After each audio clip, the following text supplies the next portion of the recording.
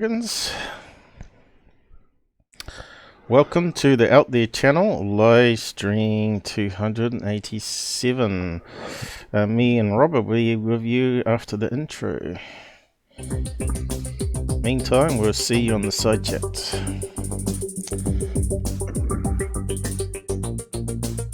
Hopefully we got some more. What? Hey, we got feedback. Me and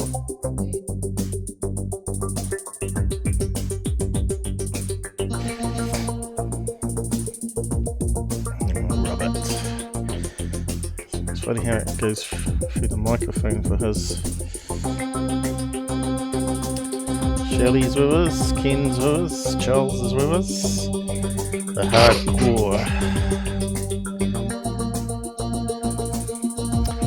So we went from 9 to 6 all of a sudden. I don't understand that in the stats here. Scratchy mic there, Robert. What's going on? Yeah, be careful of that. You got the hat on or something, I can't see you. You're very dark. I don't know if it's my eyes or what. You almost look like Linda Moulton Howell's, what do you call them? Leakers. Cat? No, leakers. No, your dog looks like your cat. Big fluffy thing. Fluffy white thing. I haven't seen Susan. Is she around? She overslept again. I suppose I might have to PM. I ain't got time. Someone on Discord send her a message. Hey, hello. Good to be back. I'll be back. Always be back. Okay, keep it civil on the side. No trolling, no self-promotion, no posting links unless you got permission. And the usual stuff. And of course, looks like it's all come together all right there at the moment. How's the audio sounding out there? If it goes crackly or distorted, let us know. It can happen at any time because there's a bug in the mixer software. So what are we doing today, Robert? I'll just put in the welcome message. Well, we got the Charles Halt interview coming up shortly. I suppose I'll stop doing we're going to have to discuss this MUFON situation a little more, aren't we, first? Oh, I thought we'd done the dash on that, but you can. Oh, I don't know. It's still ongoing, isn't it? And I think it's going to linger on for a long time, unfortunately, you know. I got some issue here with the keyboard. What's going on here? Keeps wanting to unfocus it for some reason. 287. So Col.Halt, Rendlesham. Is not. How do you spell that again? Rendlesham. That's it, Paul. Perfect. And what was the other ones? Jeez, mate, I'm not even sure now. You 1969. There's an abduction in Wales. I know that one's in the Llandudno region, Great Orme. Okay, I'll just say Wales case. That's all good. Yeah. We even got Renee joining us. How about that? Okay. Hello, Renee, and hello to all the guys and the girls. I think I got a key stuck down on the keyboard. That's not going to help. Not good. Yeah, shift key or something. Help, Shift or control key or something stuck down. These MSI keyboards are crap. Anyway, yeah, I haven't really got any location or stuff set up, but before we start, just want to make sure that we make it obvious that we got permission to run this video today, because people forget they gave permission 5 years down the track and put a claim in on you. So here's a snapshot from the chat with David, is it? Yes. There he is. And he said, absolutely, Robert, no problem at all. So he's asked whether he can use the Charles Halt interview today. So I just want to make which is fantastic, because it means, you know, we don't have to mask it, we don't have to deface it, we don't have to alter the unless pitch. it's got radio ads on it, we have to skip past. I can't Oh, remember. we might have to skip past them, yeah, but he didn't I'm seem not to sure see if it there's had a it. problem with that anyway. Yeah. Okay. I'll just drop that in the folder there. There we're showing it. Yeah, it's doing some clicky things here. Hey. So we got a link to go because I haven't got it handy. So the Charles Halt, that's the Rendlesham forest stuff. There's the picture of the base, I guess. The radar tower, whatever it is, or lookout tower. Britain's Roswell, as they call it. Is that him there? Or is that the other guy? Oh, look, that's Halt. That's Charles Halt, yeah. Yeah, that's him older, and that's when he was at the base. Mm-hmm. He could have been too old there, actually. He must have been pretty young. Yeah, on the left, he's long retired then. Yeah, at this age here, he looks like he might be 20-something, you know? I'm not sure what age he was. Well, he was a lieutenant colonel at the time, so I'd imagine he'd been in his 30s, you know. Yeah, he looks a bit younger. But anyway, and of course we don't want to bring up the map. We've already known where it is, so that's for one of the other ones. Berkshire, UK, whatever that case is. So we just need to link to the interview, I guess. Yeah, well, we still need to talk about this MUFON thing for a few minutes first, Paul. Right. Well, do you want to bring up some page on? Do you want to bring up page? Well, yeah. I suppose there is something I could bring up now. Okay, Jan Harzan has been replaced with a guy, hasn't he? Dave MacDonald. Now, do you know anything about him, Paul? Dave MacDonald, the name doesn't ring a bell at all. No. Okay. So have you got somebody a link to his picture? Well, look for I've got more than. Yeah, no, it's okay. Don't worry about that.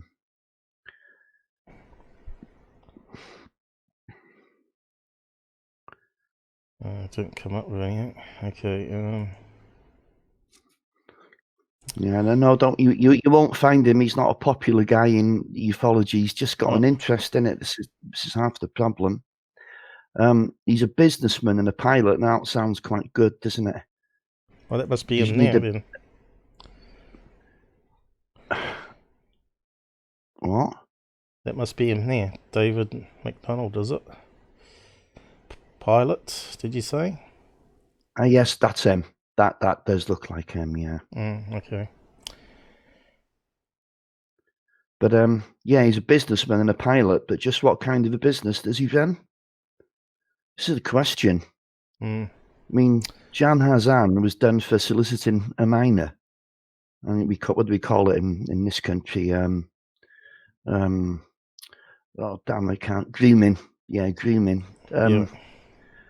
So I know he's innocent till proven guilty, but it doesn't look good. They're gonna have every text message. They're gonna have every email. They're gonna have anything he's typed. They're gonna have his phone calls a lot. And then he's taken that step to go out there and meet her. It's not good. And the arguments have been raging. This has fallen into a lot of people's lap. You know, there's a lot of people who had grievances with MUFON in the past, and they're loving this. Oh, God, man. You mean and Erica you think Lukes? Every MUFON member, well, amongst many others, yeah. She was saying that MUFON is a cult of religious people, and I thought, what utter rubbish that is. Yeah, I know. Well, it's not MUFON anymore, Paul. This is the trouble. Like, it's Monsters UFO Network or Molesters UFO Network. It's not good. And okay, so they got a new leader in, a fresh new start. Dave MacDonald. So we've done a bit of digging. And this is what we've got. I've left you the link there, Paul. Don't see it coming up yet. Was it scrolled off already? Oh, helps to press enter. There you that's go. the one. Seems to be running quite fast, actually. So we'll just leave his picture there for the time being. What's going on here? Taking ages to open a tab.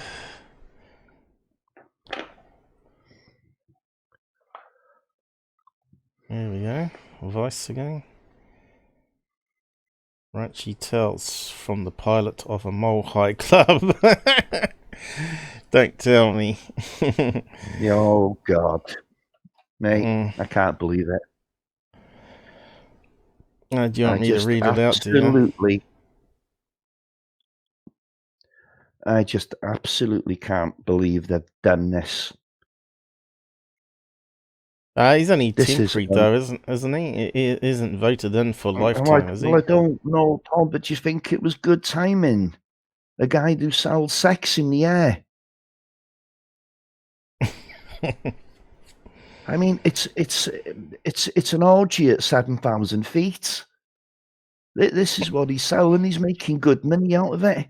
All right. Come on, it wasn't the best move in the books, was it?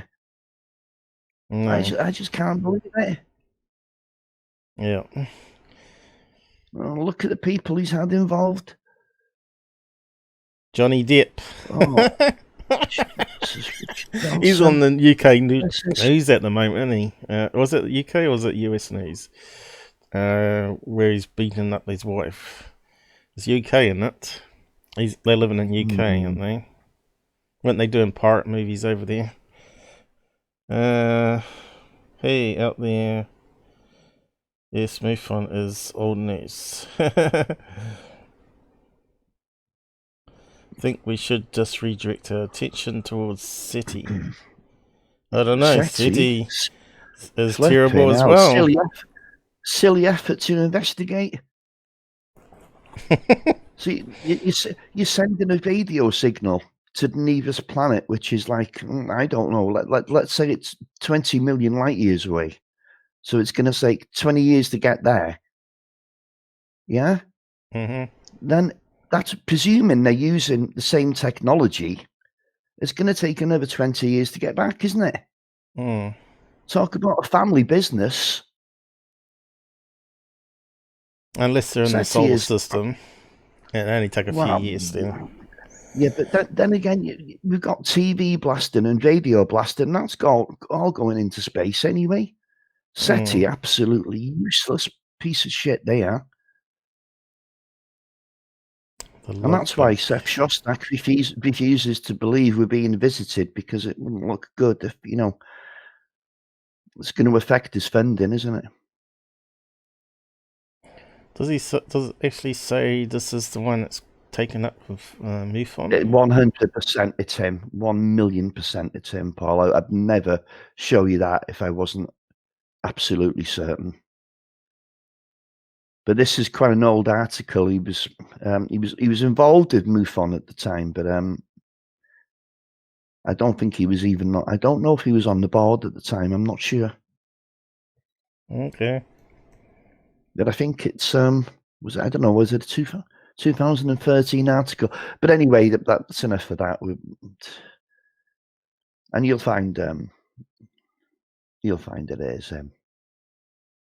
Everyone's talking about it, Paul. I'm shocked you haven't come across it. There we go. Yep.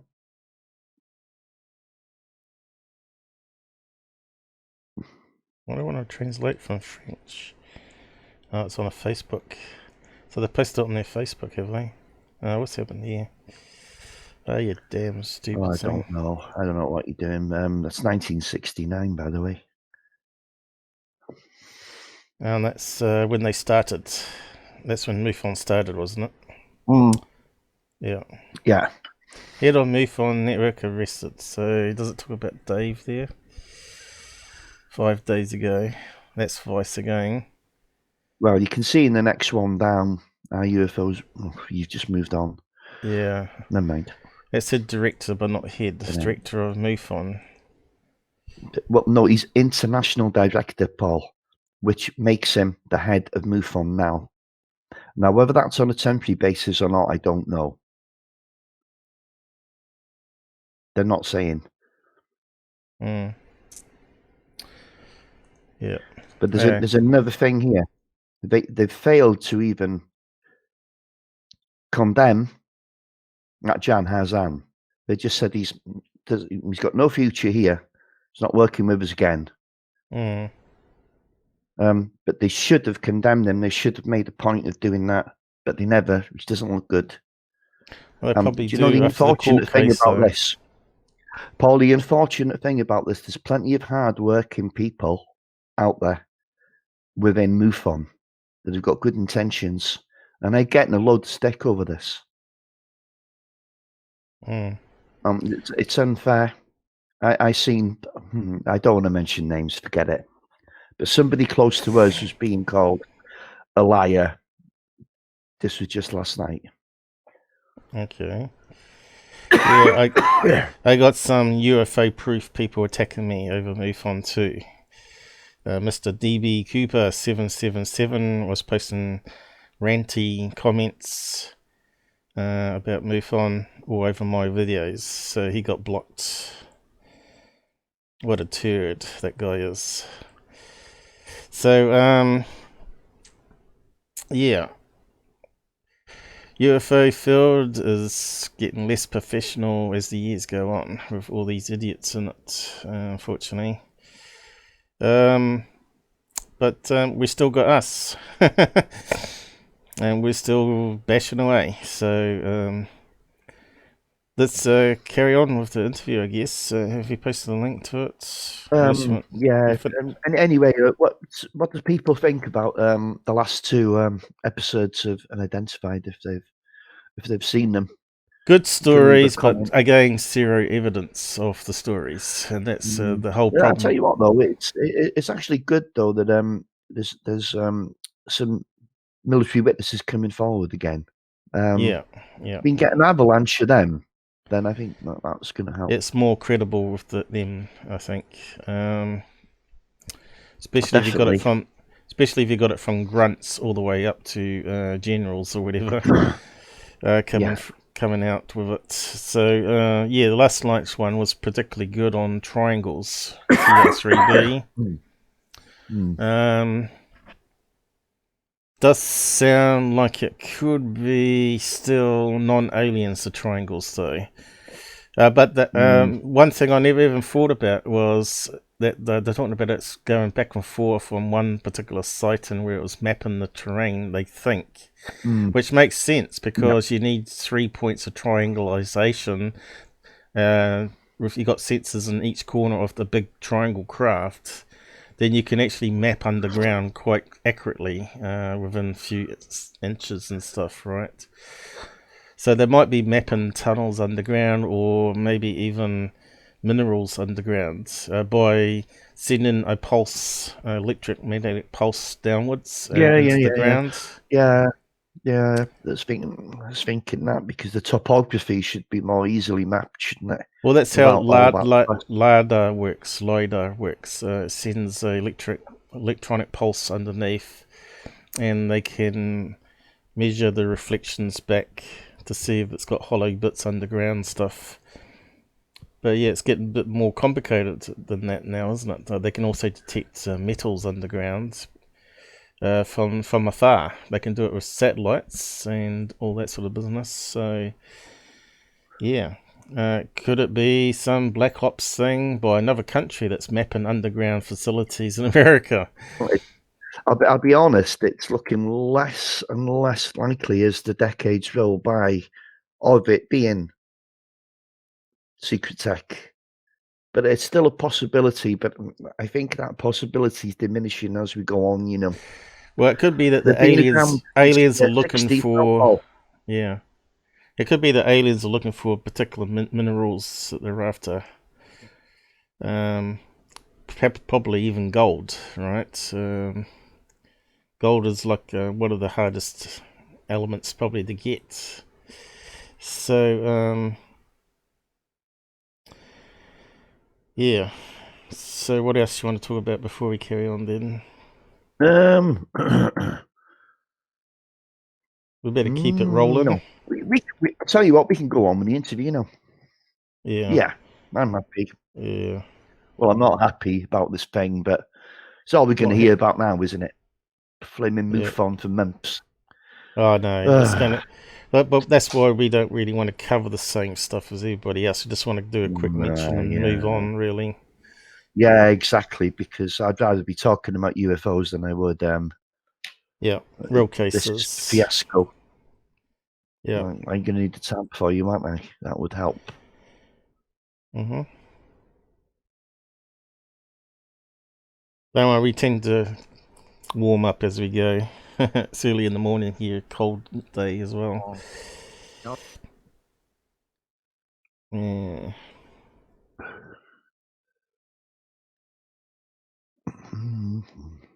Yeah.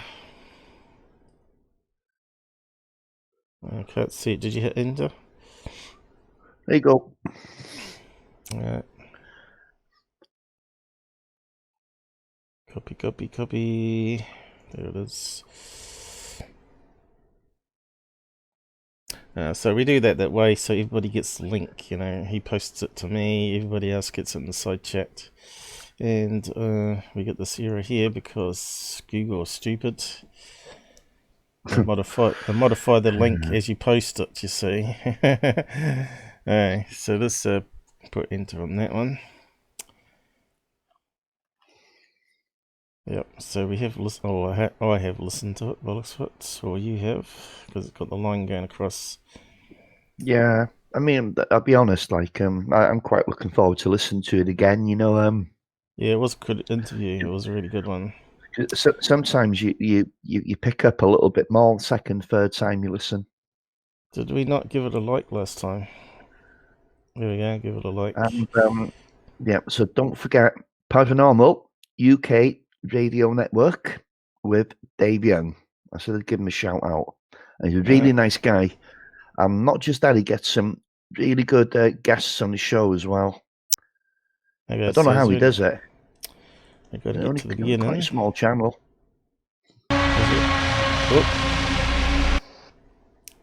We just got to get to the start of it.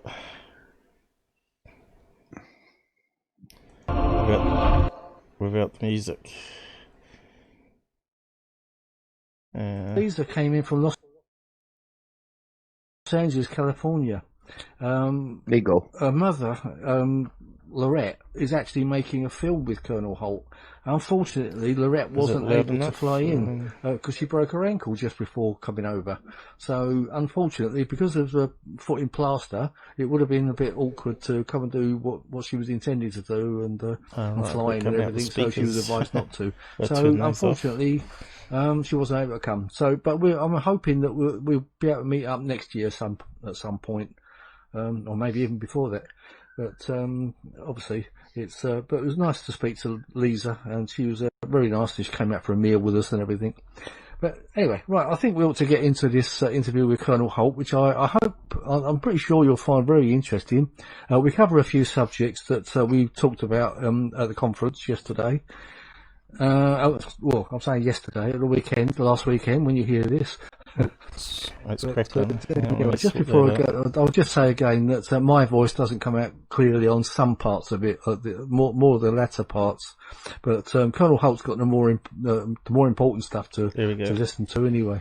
So I hope you enjoy this, and here we go. Let me know if you want to stop it. So I was saying in the intro, welcome to the show, Col.Halt, Chuck. Yeah.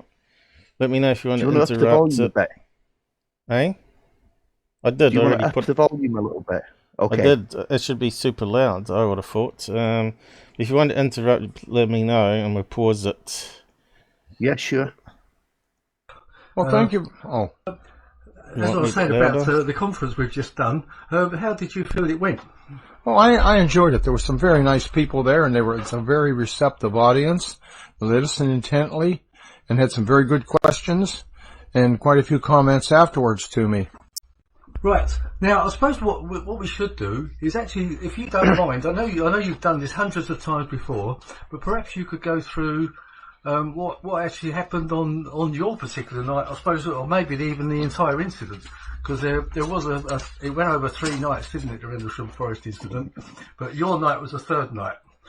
Well, I can tell you, actually, I got involved the first night in that, as my role as the deputy base commander, I spent a lot of time out on the base, riding with police patrols, visiting the fire department, midnight chow, finance, personnel, you name it, I was there looking around.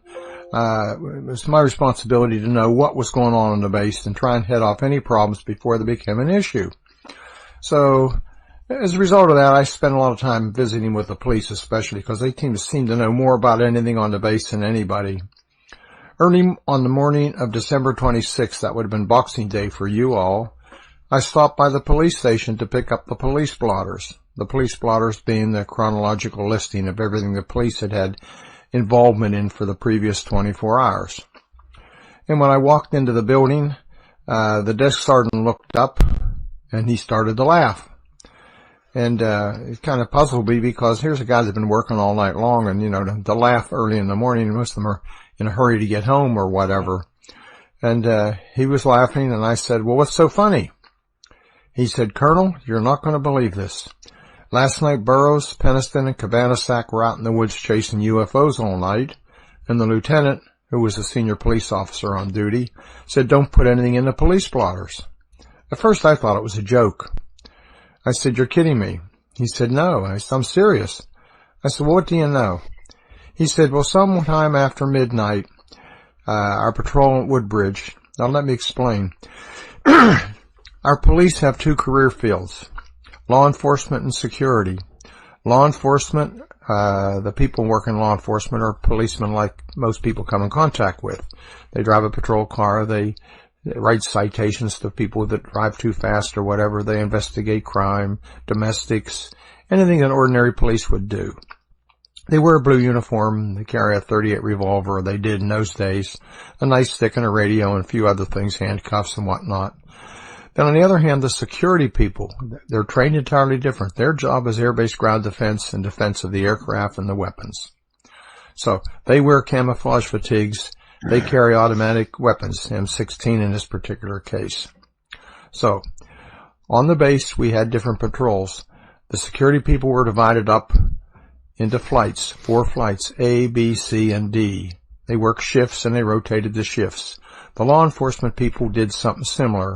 Only they didn't work as long a shift, and their work was, like I say, a little different. They had a patrolman at the gate, and they did the other patrolling. Law enforcement had a senior NCO, normally a tech or master sergeant, who was police 1 for each shift, and a lieutenant who was the on-duty senior officer. And then they would have police 2 and police 3 who patrolled Buttwaters. Police 4 and 5 patrolled Woodbridge. So, with that being said, police 4, who at that time was John Burroughs, went up to the back gate. The back gate was a shortcut between the 2 bases.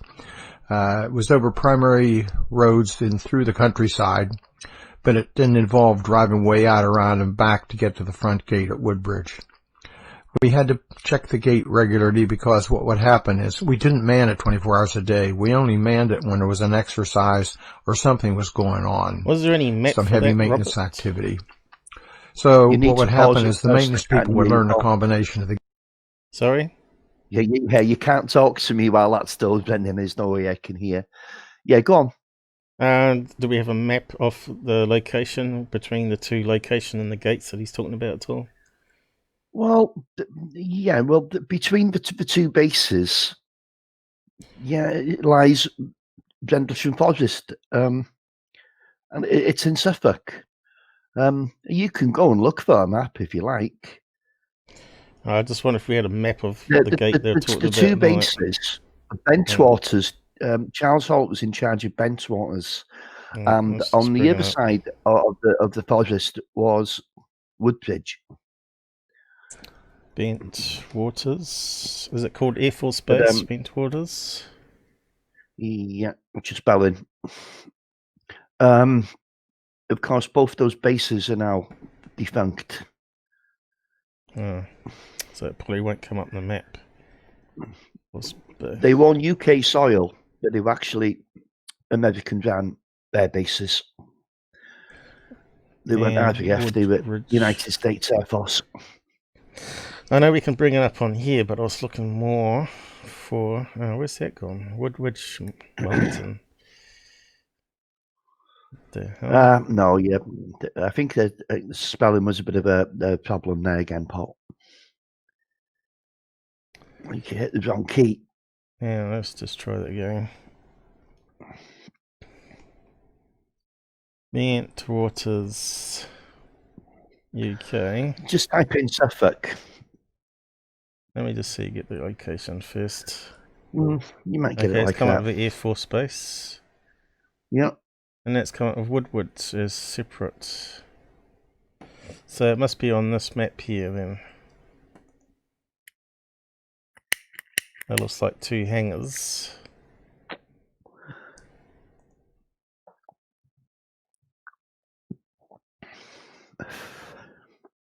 Well, it looks like an Air Force Base. War Museum there. Bentwaters, and where's Woodward then? Rendlesham, yeah. So where's the two bases, you reckon? I think, well, I'm got control of the cursor, but as I said, they're not there anymore, Paul. Woodward up here, bollocks of it. Yep. But yeah, looks like there's a road going this way, so maybe it was over here somewhere. Not obvious. I can't see any other runways. It's all farmland and forest. Yeah, so we probably need like a back gate picture. That's what I was looking for. What was it called? Bentwaters back gate. UFO. I don't know.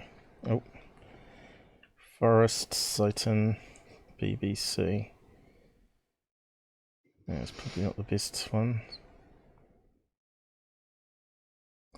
It's good if we can. It would have been good if we actually had pictures and was showing. There's no time to do it on. There's no time to do it on the fly now, Paul. We're just spoiling the flow. I can't even see images.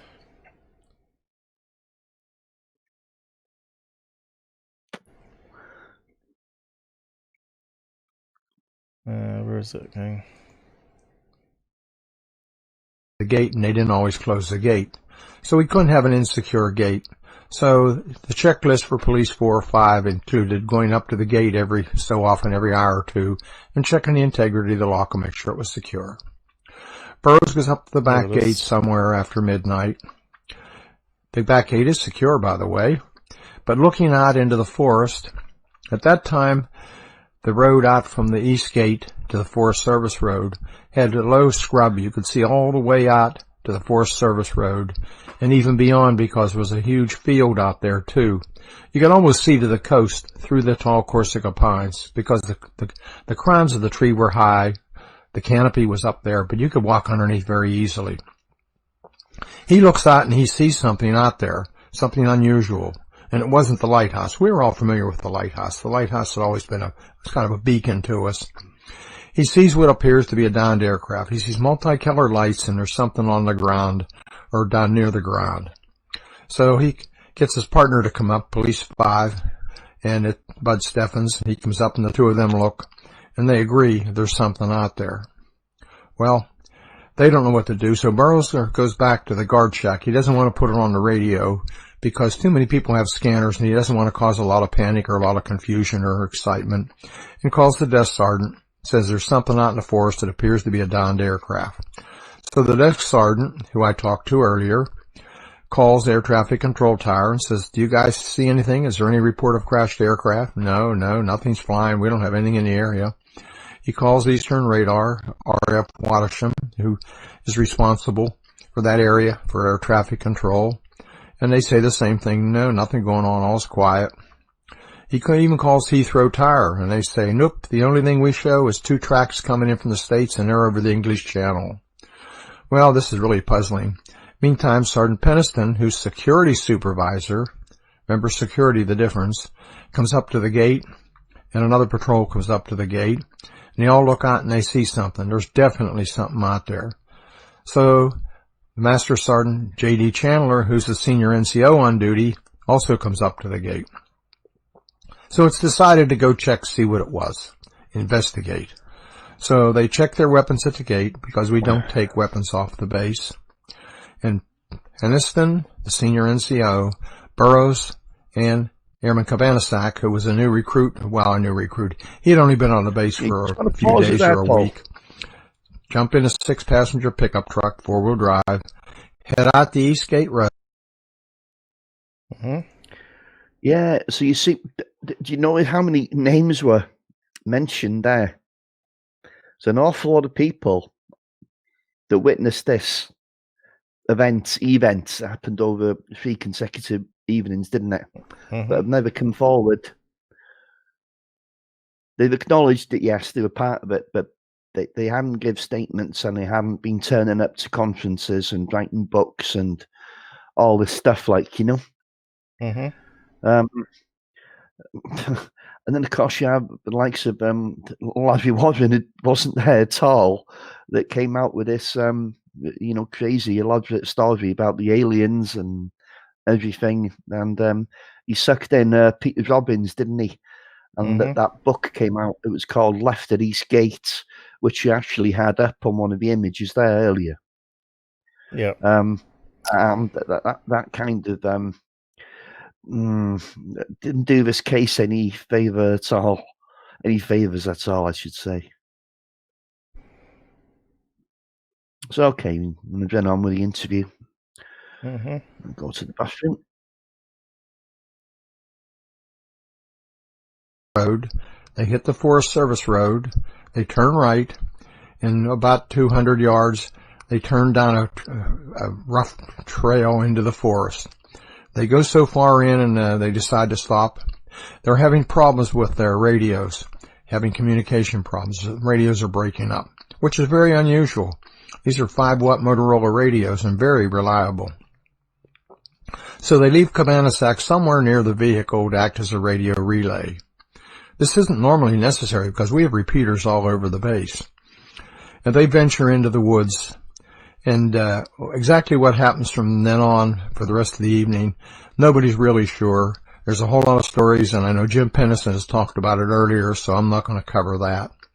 I will mention that there were some issues that they lost contact with the gate people, the folks left behind at the gate for at least 45 minutes, maybe longer.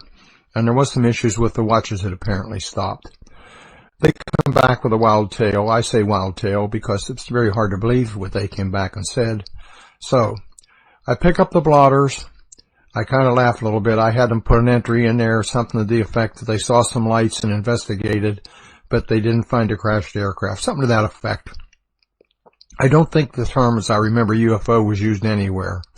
I take the blotters up to the base office, our office, and we have our morning stand-up meeting. Now, the morning stand-up meeting was basically the wing commander, vice commander, the base commander, and a couple of the other senior officers. We'd get together every morning, somewhere between 7 and 7:30, and go over the previous day's activities, discuss what was going to happen for that day, and anything else of great importance that was going on in the base.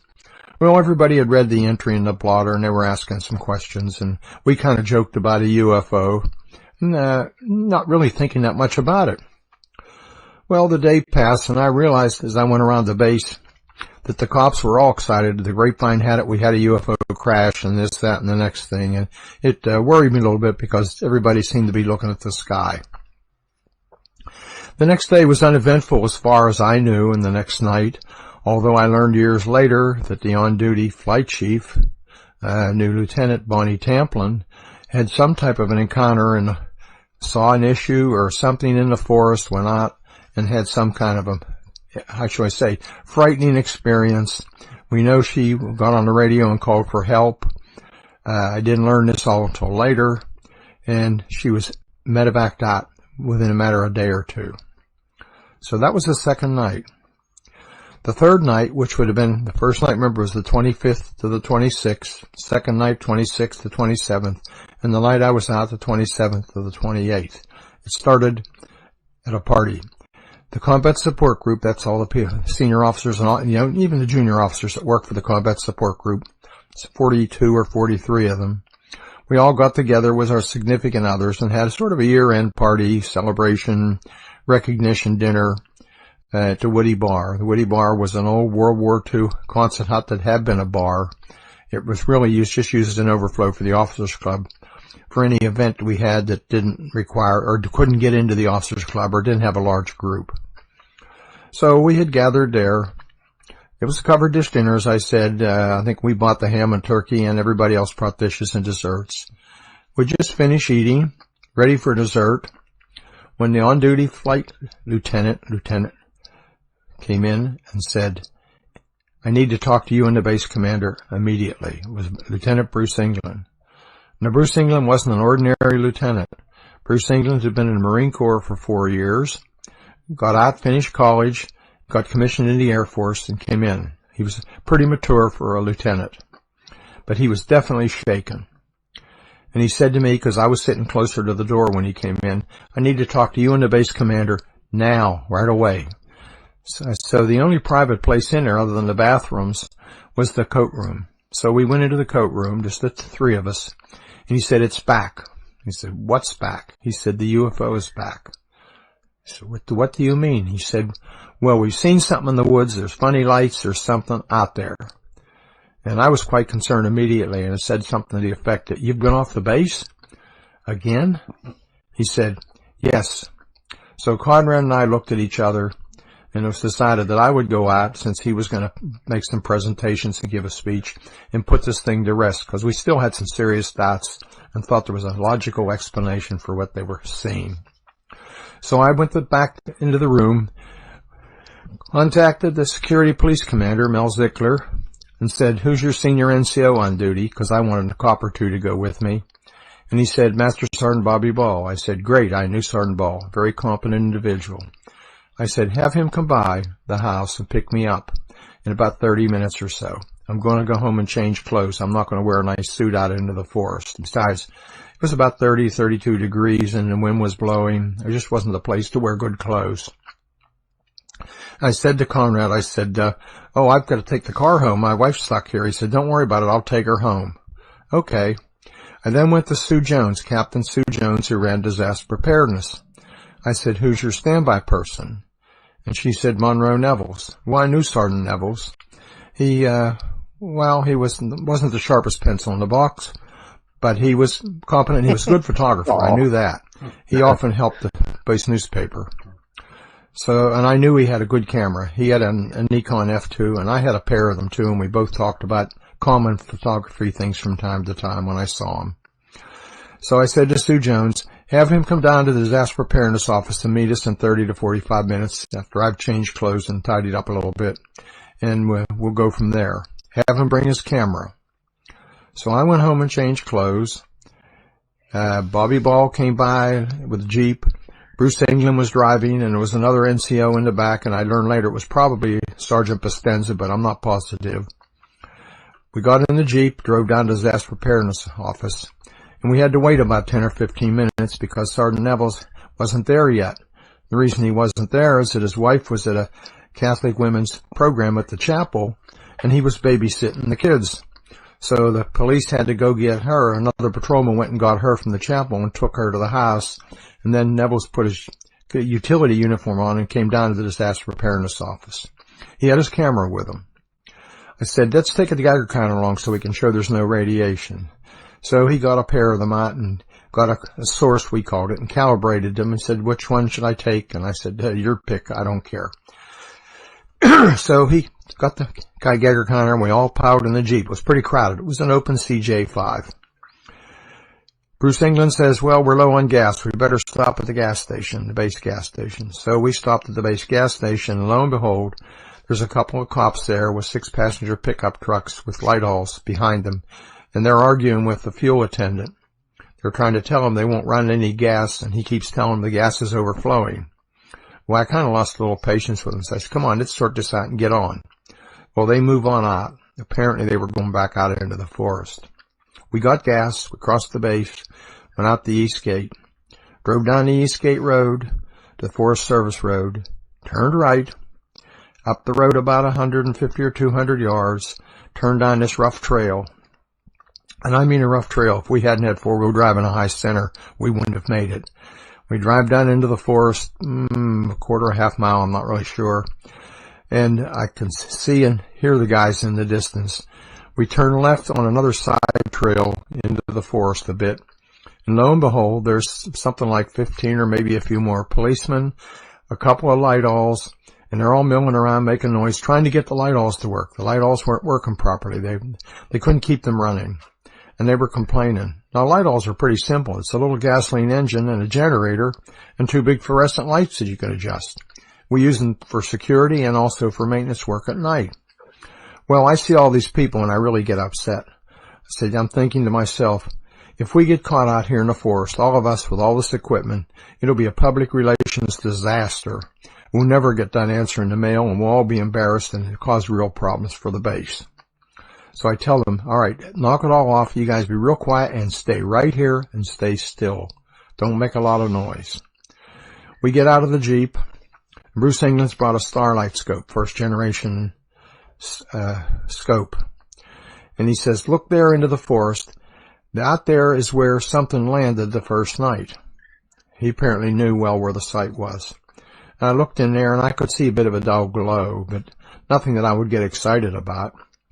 And I thought to myself and said something to the effect of him, so. He said, let's go in and take a look. So myself, Lieutenant England, Master Sergeant Ball, Sergeant Nevels, and Sergeant Bastenza trape into the woods. They take me to this site. We look down and they show me 3 indentations about 8 or 9 feet apart, equal distance apart in a perfect triangle. And somebody's put a couple sticks in the ground for each one of them to mark them. It's very obvious. And, this is interesting, but it still doesn't tell me a whole lot. So we number the sites and we're walking around and I had a measuring tape. We took measurements and, took some readings and suddenly Neville says, I'm getting things. I'm getting readings. The 3 indentations had higher than background radiation and the center of the triangle formed by the 3 indentations was significantly higher. Well, this is impressive. Well, not enough to be dangerous, but certainly significant. So let's try something. Let's go over to the trees here, and we notice there's marks on the trees, rub mark or burn marks on the trees. And so I said, take a reading on the side of the tree toward the indentations and take one on the back and see if there's a difference. Lo and behold, there is. You get much higher readings on the front side of the tree than we did on the back side. Then somebody said, look up, and you can see there's an equivalent of a hole in the tree canopy, and there's broken branches on the ground, as though something had come up or down through the trees. Wow, this is starting to get interesting and started causing me a little bit of concern. We're probably milling around there for taking readings, etc. for, I'm just going to guess, 15, 20, 30 minutes. When suddenly somebody says in the party, hey, look out there. There's a glowing red object, reddish-orange object. We look out into the farmer's field, and guess what? There's this oblong, almost like an eye shape object.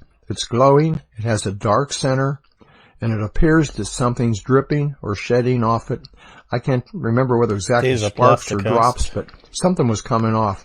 What came to mind is when a crucible of steel is poured into a mold, the splashing and whatnot. That's what it appeared to me like.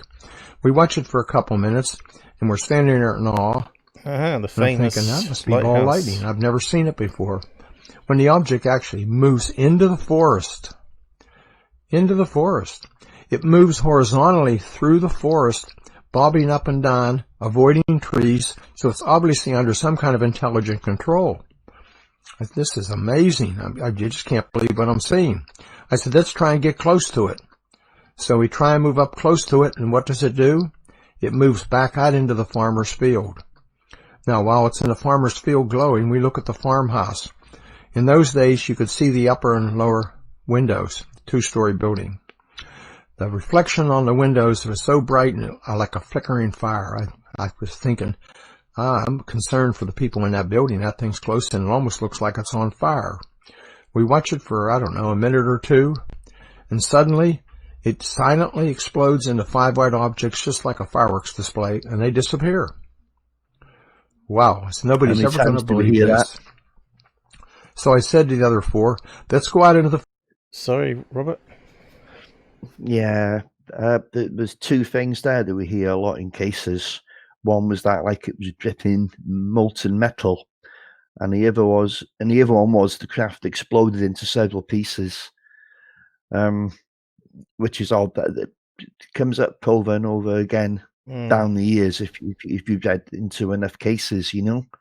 And quite often, after exploded into pieces, they merge back together. Yeah, but he's kind of suggesting that there weren't actually bits dripping off. Were actually no, there wasn't. No, it was some kind of optical illusion because they found nothing. No. He says later that he thought they were drones that come off the mothership, like little probes, orbs or spheres, probes that flew around and then joined back up again, which kind of makes more sense to me. But anyway, we keep listening. The audio's not terribly great on this. I'm not sure if you're hearing it in headset. It's kind of harmonic-y, but we'll keep on going with it. It's not bad. It's clear enough. Yeah, it's not HD audio like we're used to, but anyway. Field and see if we can find any burn marks or any residue. Something was obviously coming off this object. So we go out into the field, and we don't find anything except cow pies. What I failed to mention is a little bit earlier when we first saw the object, the farmers' animals, the cows, etc., all went crazy, making all kinds of noise and racket. But the farmhouse stayed dark. Nobody got up. Nobody turned any lights on. Anyhow, we're out in the field looking around, searching, and I believe it was Neville's says, look up there. There's several stars. What appears almost, first I thought they were stars. Then I realized they were elliptical shape, and they have multiple lights on, and they're moving in synchronization together, almost as though they're doing a grid search or doing some kind of a special pattern. We watched them for several minutes, and from elliptical, they turn into full round.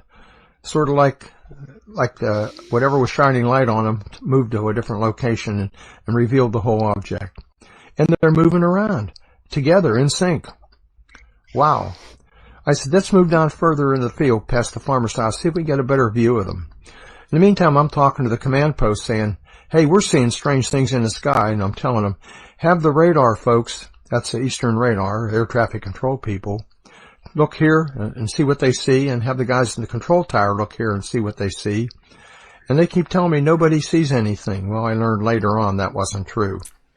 Anyhow, we pass the farmer's house, we cross a small dirt road, and we all stumble into a small stream and get wet up to our knees. And keep in mind, it's about 30 degrees, the wind's blowing, it's cold and miserable. We trudge on out across the farmer's field or across the road from the farmer's house into a plowed field, and we go out in there probably 50, 75 yards, and we're looking up in the sky. And all of a sudden, somebody in the party says, look there to the south, out over the sea. There's 2 bright whites in the sky. Now, this whole time, just about the whole time, we could see the lighthouse, so it wasn't the lighthouse. We know that. I was trying to think maybe the lighthouse was reflecting off something, but there was nothing up there to reflect off of. We watched these objects for several minutes, and one of the objects at very high speed comes directly overhead, and this is clearly stated on the tape. It stops directly overhead. Now it's up over 1,000 to 2,000 feet, maybe a little higher. And we watch it for, I don't know, a very short period of time, and all of a sudden a focused beam comes down near our feet, less than 10 to 15 feet away. It's anywhere from 8, 10, 12, 15 inches in diameter. You can actually see the dust particles in the light. The light is concentrated. It's like a laser beam. We watch it for, I don't know, maybe a minute, and just as suddenly as it appeared, click, it went off, just like someone threw a switch.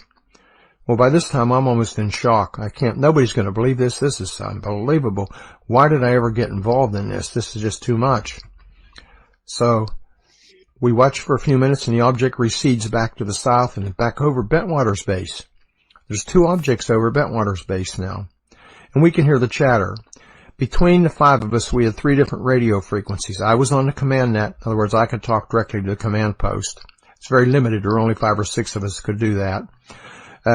Bestenza had a security net. He was on with the security police, and Master Sergeant Ball stayed on the law enforcement net. So we had all 3 nets, and you could hear every transmission that was made on those 3 frequencies.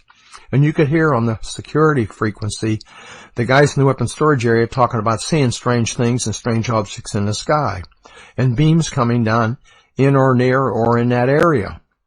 Whoa. Well, it's getting on toward 3 or 4 o'clock in the morning. The command post doesn't seem to care. Nobody seems to be getting excited. We're wet, tired, hungry, cold. I said, since nobody else is interested, let's pack it in and go back to the base. So we trudged back to base. But before we get to the base, we stop where the light-alls were. Now, most of the cops had cleared out. There were still a couple left there.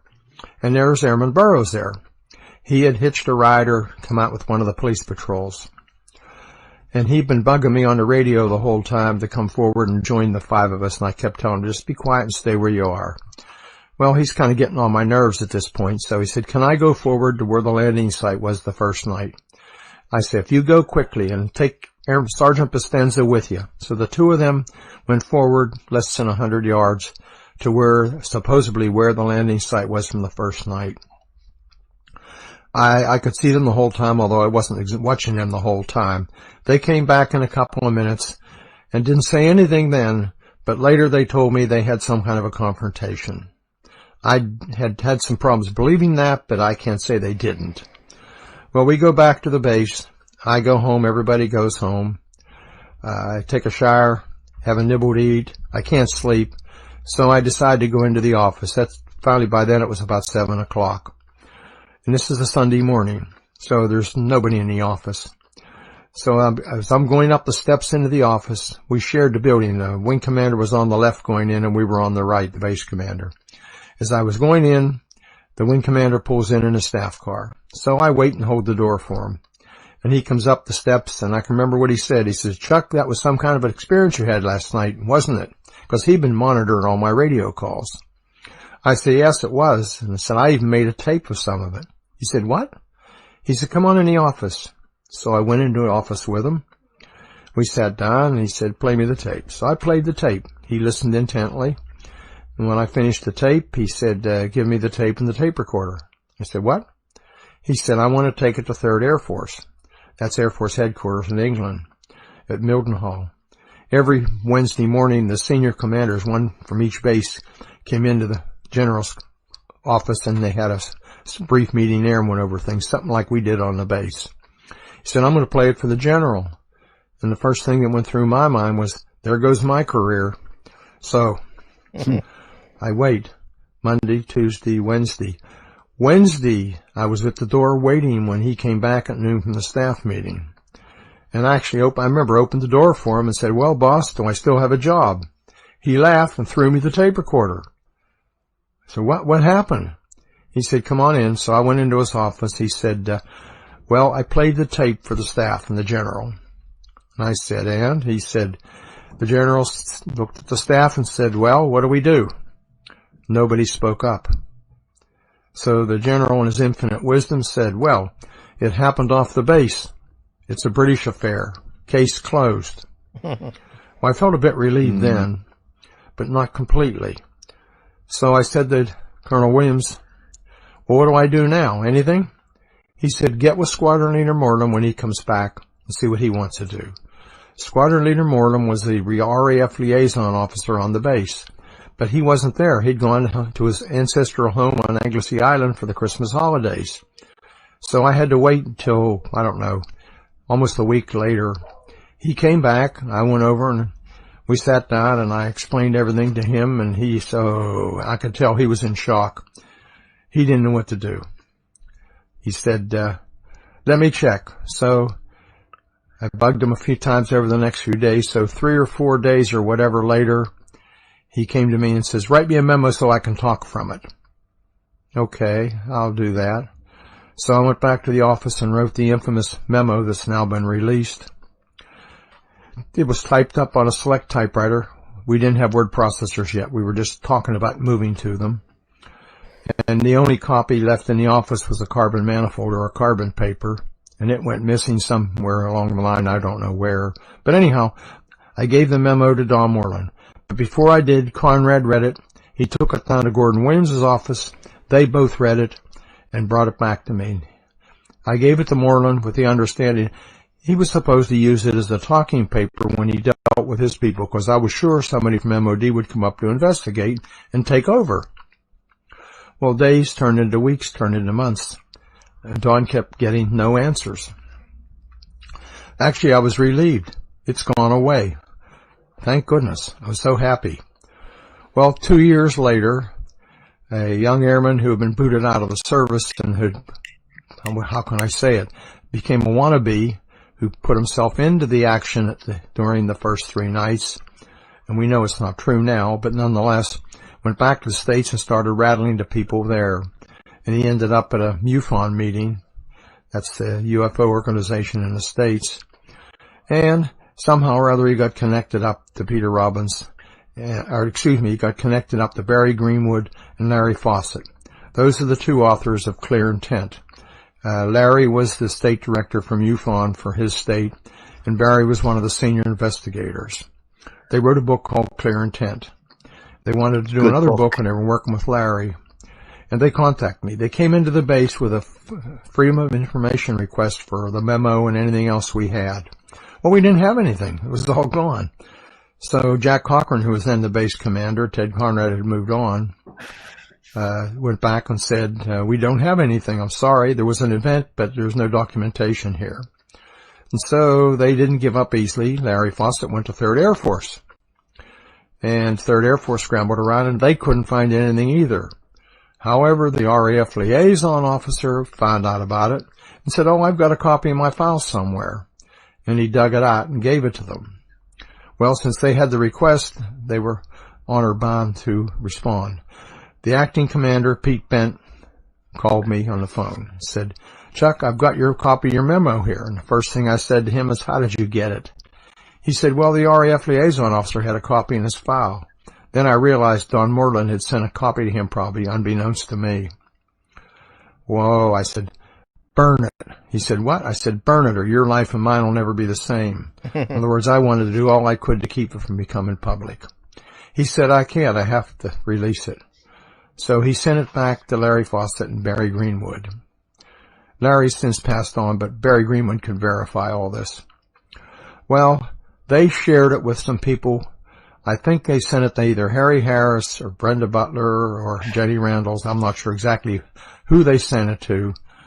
But I can tell you this, the second it hit the UK, I had problems. I met BBC One, BBC Two, ITV, German TV, Japanese TV, Radio Orwell, and the list goes on. I had to literally go into hiding. I was swamped. And you thought it had all gone away? Yeah, I thought it had all gone away. And my comment to everybody was, no comment. I didn't want involved. So let's go back now and talk about the tape. I was going to ask you about that, because there's been some consternation about the length of the tape, hasn't there? Well, I made it on my little microset recorder, the same one I used every day. When I went around or riding on the base, I always made notes in it and come back and give the tape to the secretary, and she had a regular machine, the dictaphone type machine, and she would type up the notes, and we would use them at staff meeting or whatever was appropriate. So, Conrad said a few days after the event, make me a copy of that tape. Well, we didn't have any electronic capability, and they were just little microcassettes, so I went in the conference room when it was quiet, laid both the tape recorders down, and made him a copy. I gave it to him and never thought any more about it. Oh, he put it in the desk drawer and left it there, and I think he probably forgot about it too.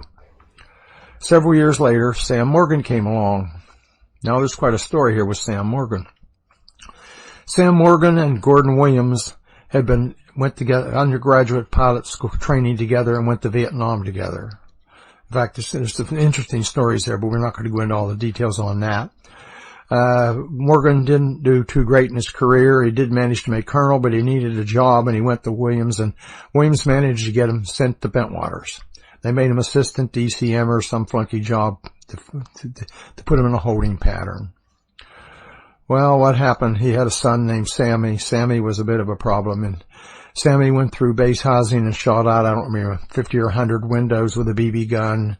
Sammy also stole the keys to the slot machines at the NCO club. He'd worked there part-time helping the janitor. Sammy was in trouble. So the police came to me when they realized what was going on and said, what do we do? He's the colonel's son. We need to investigate or what? I said, you do what you normally do. So they went to Morgan's house and, how shall I say, interrogated her and talked to the son, Sammy, but the dad was there, and the dad was furious that they would come to his house with a gun and a badge in daylight. So he said, why are you here? And what did the cops tell him? Well, Halt said we could go there. Oh, okay. So I became number one on his hit list. Well, Conrad moved up and they needed a base commander, so Williams moved, guess what, Sam Morgan up. But before he came, there was a period of time there of a couple of weeks, and Morgan was going around the base telling everybody first thing he was going to do was fire me. Well, I heard this. It got back to me from a dozen different sources. So I went looking for a job, and I actually found one in Germany. A very good friend of mine, who's now a retired general, was looking for a replacement for him, and he and I knew each other well. We'd gone to school, been stationed together a couple of times, and he was delighted to have me come replace him. So he went to his big boss, and his big boss, the general in Germany at 13th or 7th, 13th, whatever, numbered Air Force, called Dick Pascoe, who was then the new wing commander, and said, would you release Halt? I have a job for him. And Pascoe said no. So that was that. Then Pascoe called me into the office and said, what's going on? Why are you hunting for a job? I said, well, I need a job. Sam Morgan's going to fire me. And I can remember his exact words. He said, I'll fire him first. He said, don't worry about anything. So I didn't. But Sam Morgan and I had a very terse relationship after that. He never forgave me for what happened with his son. He looked in the desk drawer and he found the tape. And he said to me, what's this all about? So I told him the story. Unbeknownst to me, he took that tape and played it at cocktail parties and other places just to berate me and make it look ridiculous. Somebody heard it and passed it on to several people in the British UFO business, the primary one being Harry Harris from Manchester. Well, Harry got the tape. Sam Morgan gave him a copy of the tape. Harry sold it to the Japanese people that were doing some UFO work for a small fortune, which he apparently shared some of, which was some of the other people involved. Anyhow, my tape was out there.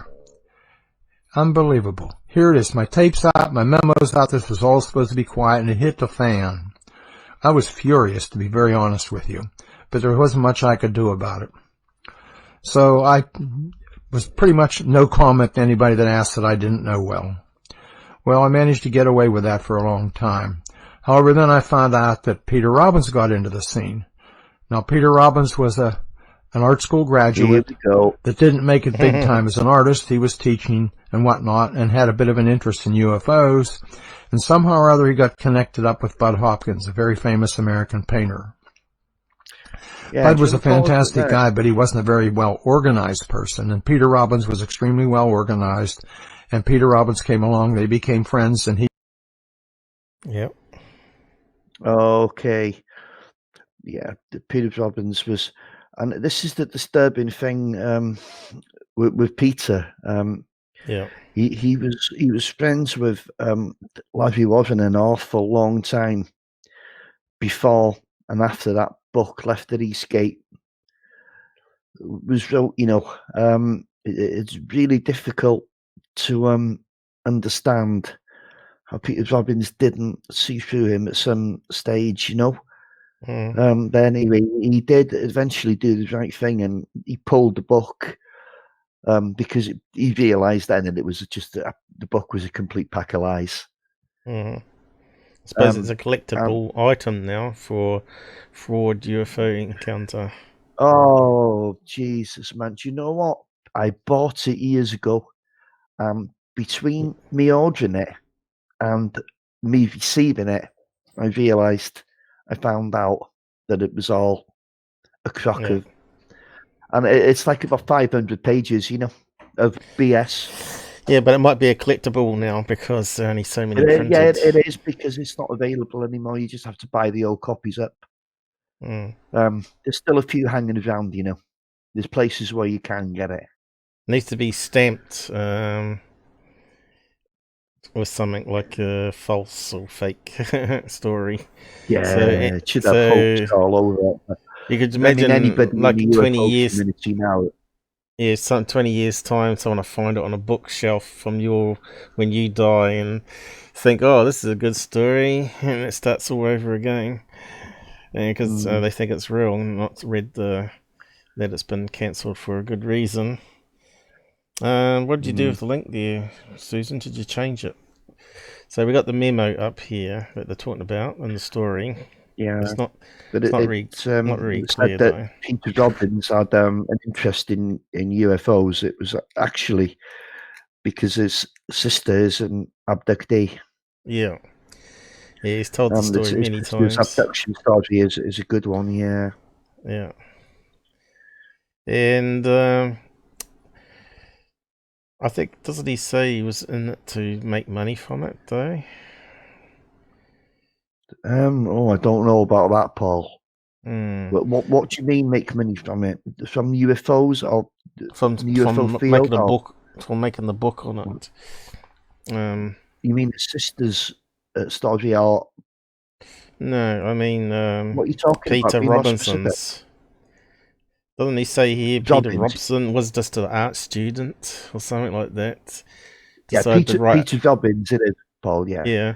Art student. Yeah, he was an art student. Yeah, with an interest in UFOs. Yes. So he decided to write a book for what reason? Money, obviously. I don't know. Maybe he wanted to tell his sister's story as well. Do you know what I mean?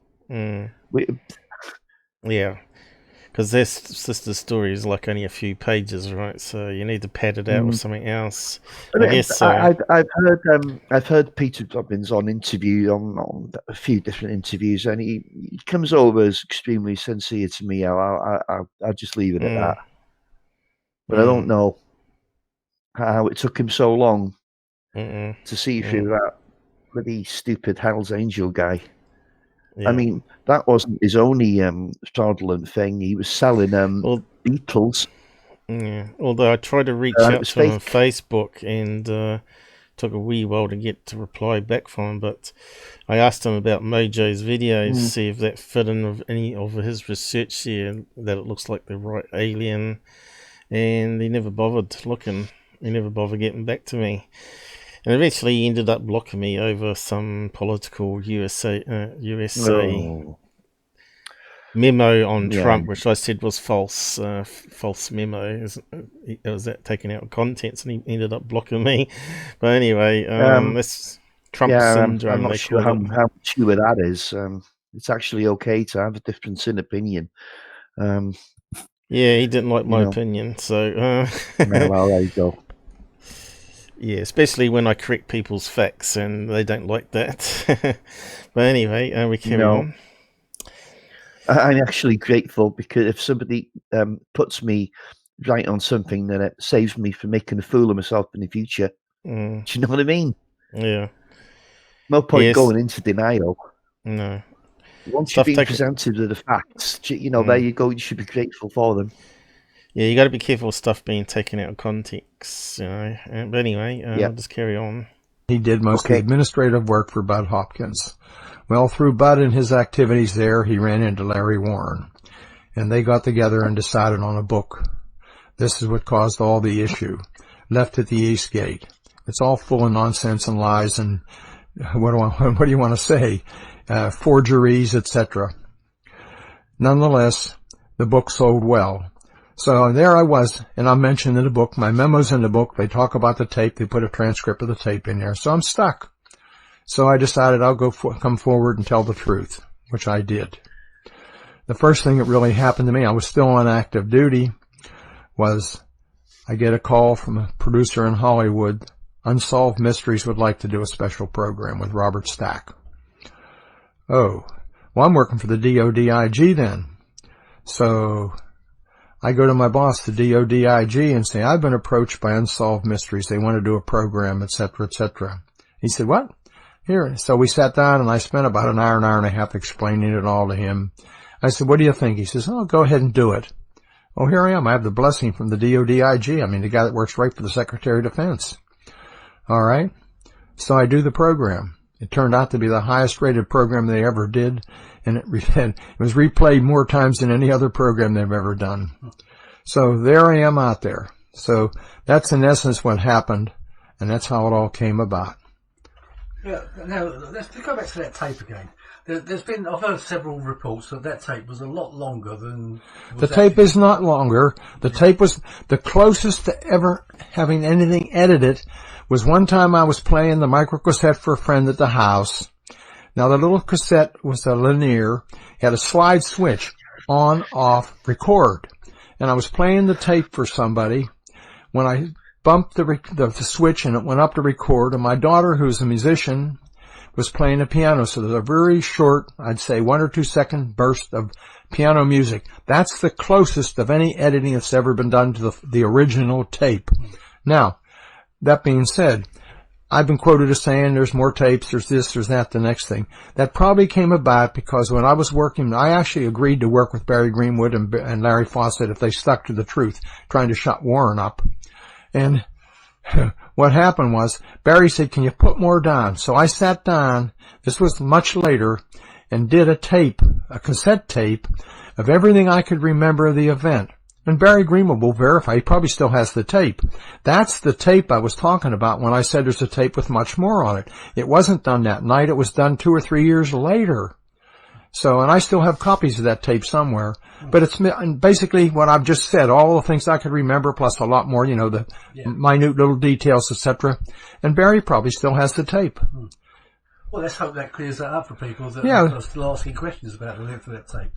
I don't. It gets asked a lot, doesn't it? Yeah, I didn't leave the tape running the whole time because I was afraid of running out of batteries. And I don't remember whether I had spare batteries or not, but I would run out occasionally of battery or run out of tape. So I only turned the tape recorder on when I wanted to say something or something was happening. That's the only times I turned the tape on. And like I say, the tape wasn't made to be released. The tape was made from my own notes and just, what was going on. Yeah. Well, let's move on to... Now, as you know, Jim Penniston's just brought out a new book. I know over the last 3 or 4 days you've been reading the whole thing just about, haven't you? And you've gone through it. Now, I think you've got some issues with some of the things. Well, that book is the biggest disappointment I've seen in print in years. First, it starts off with saying, I went into the Air Force because I had an interest in UFOs. Friends, I never, other than the fact that I had read a book one time when I was 12, 13, 14 years old, one of the original UFO books. I just came across it at a rummage sale, or the equivalent of a boot sale, we should call it here, and read it. And I just mentioned that because I did remember reading it, but I'd long forgotten about it. And believe me, UFOs were the last thing in my mind when I came into the Air Force. I joined the Air Force to avoid the draft. Back in those days, there was what called a military draft, and I was classified A1 and right on top of the list. So rather than be drafted and not have a choice of what I did, I went into the Air Force, was commissioned, and had a decent career, I guess is the best way to put it. The other issues I have is all the other senior officers that were involved and a whole lot of other people were very irate that I spoke out. But, none of them would come forward. Where were they whenever it hit the fan? Why did I write the memo? That memo that was released should have been written by Gordon Williams or Ted Conrad. But they chose not to. They did not want involved. And Gordon Williams hasn't been nasty. He and I kept touch through the years. He recently passed away. But Ted Conrad got very ugly, and he said ugly things, and gosh, he's even reflecting on my performance. But what I will say is, Ted, go back and read my report card, my efficiency report that you wrote. It's glowing and all the way up to a 3-star endorsement. How does he think I got promoted? So, and then they talk about Neville's. Sergeant Neville's has suddenly decided that he was the one at the investigation, that he was going out to investigate, and I begged to come along with him. That's a bunch of BS. He claims he was places he wasn't and did things he didn't do. It's very frustrating to me that, and Jim knows better. I don't know why he put such nonsense in the book. Conrad says, oh yeah, that's true. Well, Conrad will say a lot of things. Conrad denies going out in the yard and seeing things in the sky. Conrad knows a lot more than he's saying, a lot of truthful things he's saying. Several years ago, John Burroughs ran into his son. He had a teenage son at the time at Bentwaters. And his son told him, well, my dad knows a whole lot more, but I can't tell you about it. It's interesting. It gets even better. Last year, Gordon Williams passed away right around Thanksgiving time, unfortunately. His adult daughter, Susan, and son Art, 2 of his 3 children, were with him on his deathbed. And he told them several things. He said, I have a lot to get off my chest, and it had to do with the Bentwaters incident. And he had some words for me. Well, it took them 4 months. I bugged him for 4 months to finally we had a meeting. And Susan, how shall I say, drank heavily. It was noon on Sunday. We met him at a little bar in Washington, a little pub. And first thing they did was bring out a 5-page non-disclosure statement that I would agree never to tell anybody what they told me. And very reluctantly, I signed it because I did want to know what Gordon Williams knew, even though I may not have been able to talk about it. I signed the document, and they gave me 2 words. In other words, encouragement, that's all. I can't tell you the 2 words because I did sign the agreement, but it basically was encouragement. They refused to say any more, which is really irritating. Obviously, I think they had planned originally to talk to me, but someone got to them or something happened. Something frightened them. I can't say what. I don't know. Interesting enough, yeah, do you want to pause they didn't hold the funeral right away please? Because there were a lot of other activities going on apparently in the family. And thanks. Yeah, Michael Tomdar is there saying, well, one of the guys said they saw something inside the ship. They looked like a baby in a cube. Yeah, that's right. That's Larry Warren.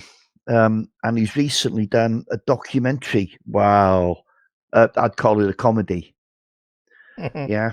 With Michael Heseltine. No, Gary Heseltine. Sorry, got confused there. Now, Heseltine should know better. He's a Yorkshire researcher who actually had a little bit of credibility until he teamed up with this guy. And they brought out this documentary, which you have to pay for, by the way. No surprise there. Called Gretna Green. I highly recommend you don't watch it. What's it called? Gretna Green. Gretna Green. Yeah. That's a strange name. Nah, it's a place name. It is. It's quite close to. It's actually one of the fields in the Rendlesham right. district. It's not really catchy title, though. It's got nothing UFO or alien in it. Well, no, because nobody related that place name to the actual sighting. But I think what they done, they got stung with copyright. He wanted to use a lot of people's interviews and stuff in a documentary. Even Nick Pope said, you can get stuff, you're not using me in it. Charles Halt pulled out, everyone pulled out. And so it was just him and the stupid Larry the Liar left. No, I don't know how many people have actually bought that and watched it thinking it's, the real deal. I just hope they're on a decent UFO group and they get the correct information before they waste their money and their time. Mm-hmm. It's not fair. It's really not fair. And Heseltine had done some good work, He'd opened up like a database for police to anonymously report their sightings. There's a lot of police officers do have sightings. And of course, it's not a good career move for them, to go publicly speaking about UFO stuff. So, yeah, he gave him the opportunity to speak anonymously. But now after this, who's going to trust him? He might use their names in a book or something. Can't be trusted anymore, can he? No, his reputation, it's not even tarnished. It's completely blown to pieces now. They call it toast. Stock. Toasted. Yeah, absolute toast. Roasted. Mm-hmm.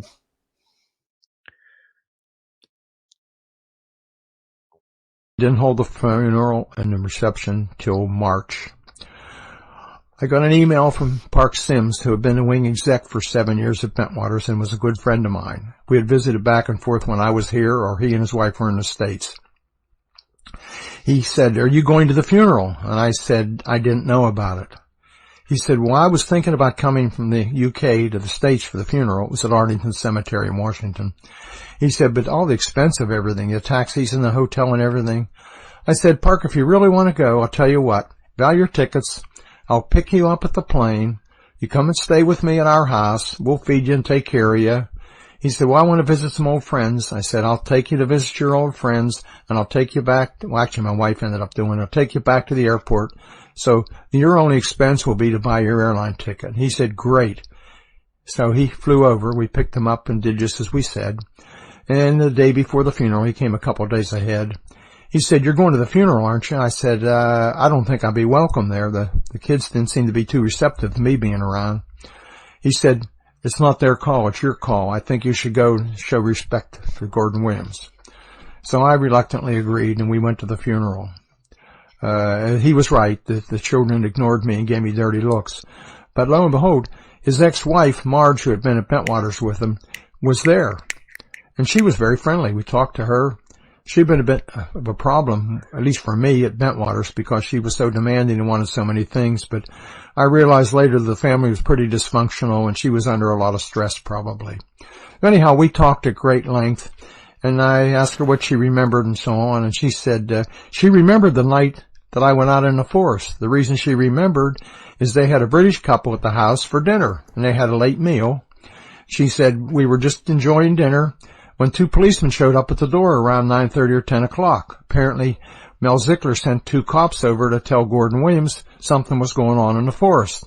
She said Gordon got quite excited, and he got on the phone and called somebody. That somebody, I think, was Al Brown, his golfing partner, and probably one of our best pilots in the wing. And apparently, he went up into the control tower acting as the supervisor of flying. Now, that would be unusual to have somebody go up there at midnight when we're not flying and to have a command radio. So, but anyhow, that's another part of the story. So, I learned a lot more talking to the rest of them. Obviously, Gordon Williams knew a lot more, but I never found out. Now, going back to Jim's book's called The Rendlesham Enigma. I know you and Jim are very close friends, aren't you? You have been for many years. I doubt very much if this will affect your relationship, but I think you're intending to have a good talk with. I'm going to have a good talk with Jim and have him explain. And Gary. No, I know he's taken exception to things I've said, but primarily, I've seen the notebook several times, and I never saw anything in it that indicates 16 pages of code. Now, that doesn't mean he didn't have them, and he may have taken them out. Well, he said at one time he took some out, all but 6 pages or something, but he didn't say anything about that for how many years? 25 years or something. So, and people ask me, what do I think? I say, I have problems with the code. But I do say, Jim sincerely believes it, and I can't answer. You have to talk to him. All I know is he says he got the code. It would be interesting to have him sit down now in a plain room with a sheet of paper and a pencil and see if he can duplicate some of those ones and zeros. Yeah, I'd like to see that too. If he can still do it. If it was downloaded and he has it planted in his memory, if he could duplicate that, it would be scary to me. Yeah, if you'd like to pause it there. He appeared on the show a few shows back now. Yeah, so there's been a couple of different accounts of this, which is a binary code, isn't it? Ones and zeros.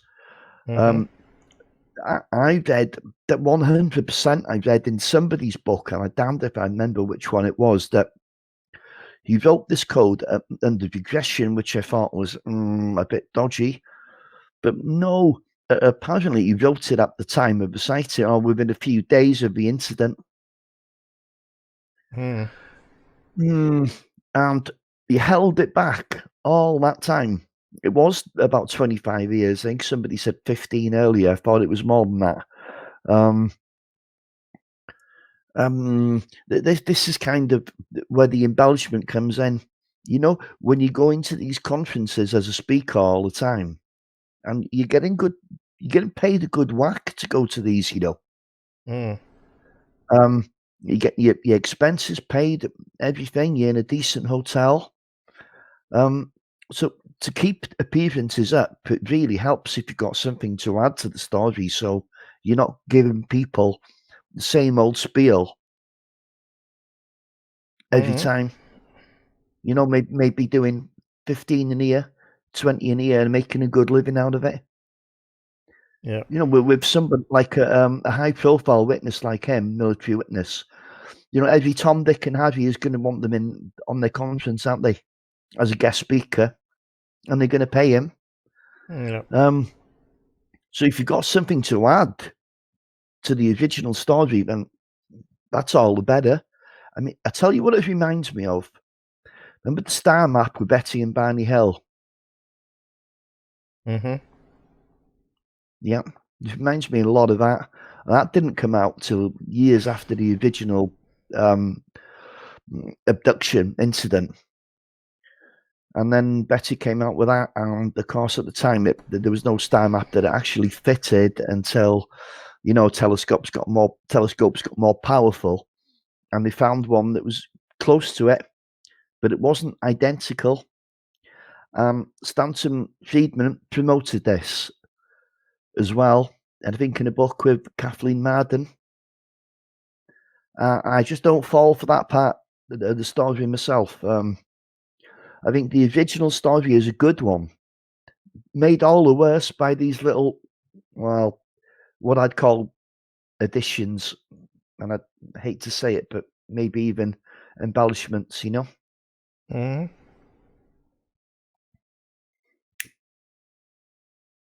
Yeah, it's cool. You can go on, Paul. Mm-hmm. Yeah, I'm just trying to see what the code is. This the original code? Is what they're saying, is it? Looks a shambles. If it is. What's the... It's a bit hard to read this page. CJ, who's I don't know what you're CJ? looking at now. I'm not sure what you're looking at now. Well, it's meant to be a binary code for what, though? Yeah, there's some so-called code expert that had a look at it and decided that it was all this kind of it was like really, you know, Peace Brothers kind of. I didn't like it.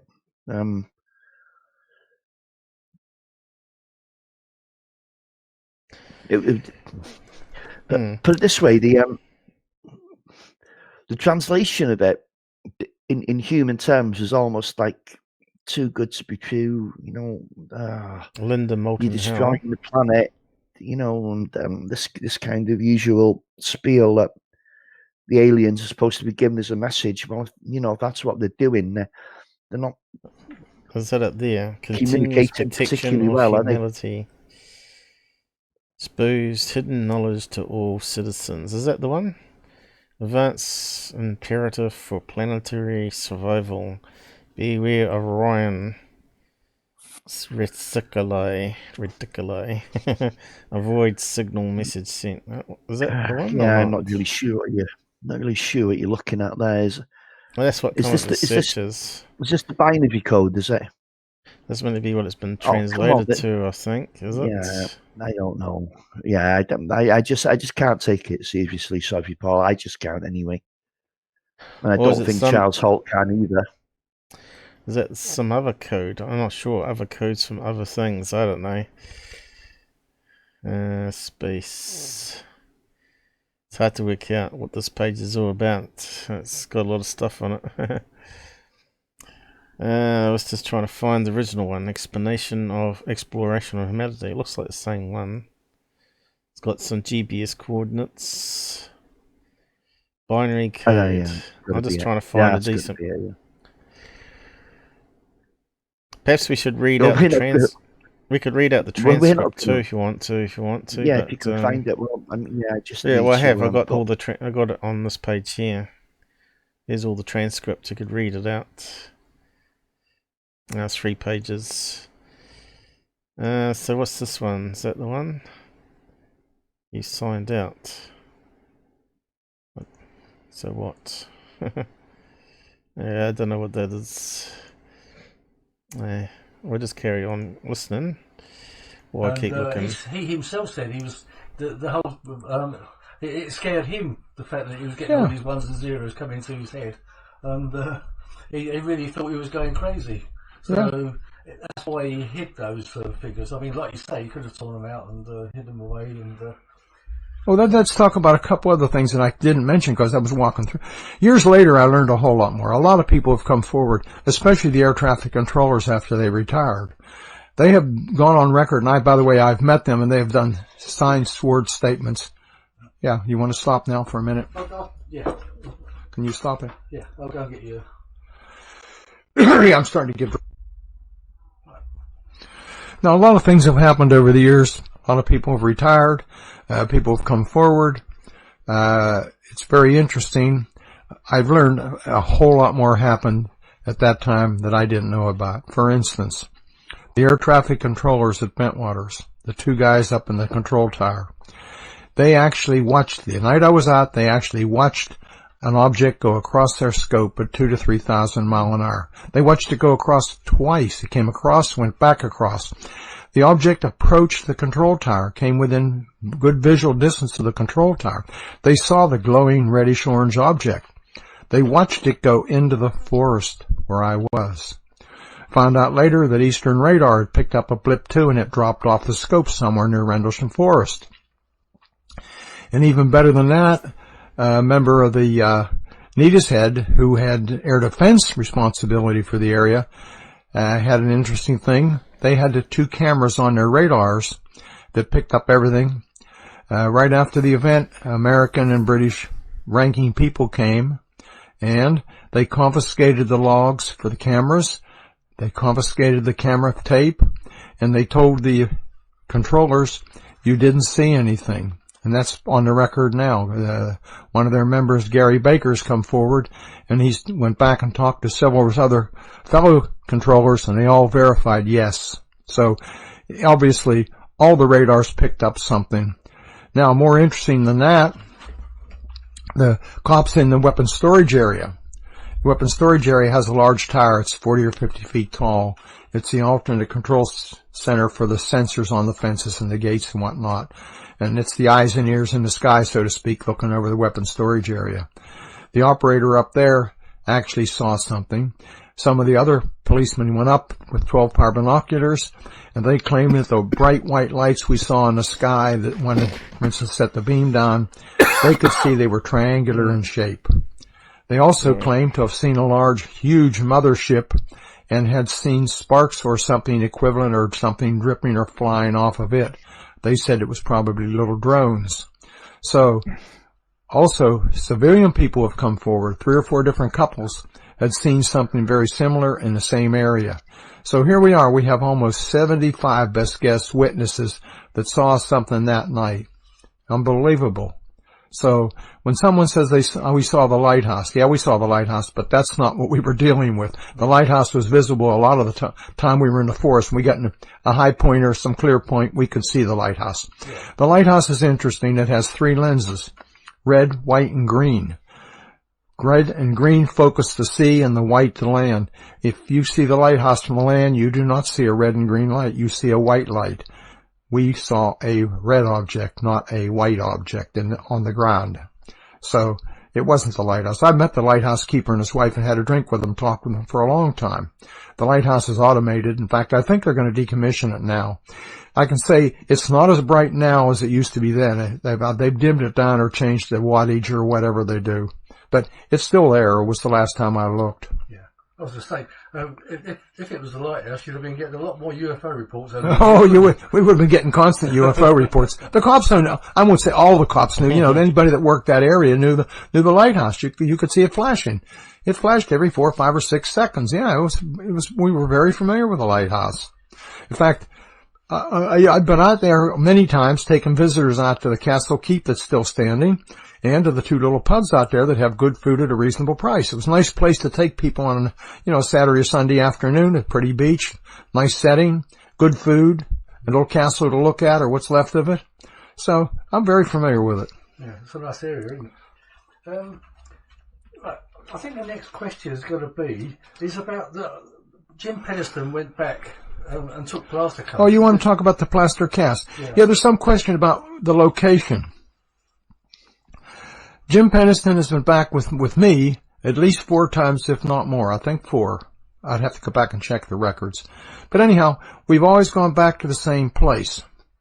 Up until the last time we were here, we went to a different place, which was way off to the right, and obviously was not where the object was seen or sat on the ground or whatever. But the interesting thing is, when I went out the following day, I took a British friend out that wanted to see it. That was Tuesday or Wednesday probably. And I took a 35mm film cassette, because those little black cases that film used to come in, and scooped up some soil out of the indentations.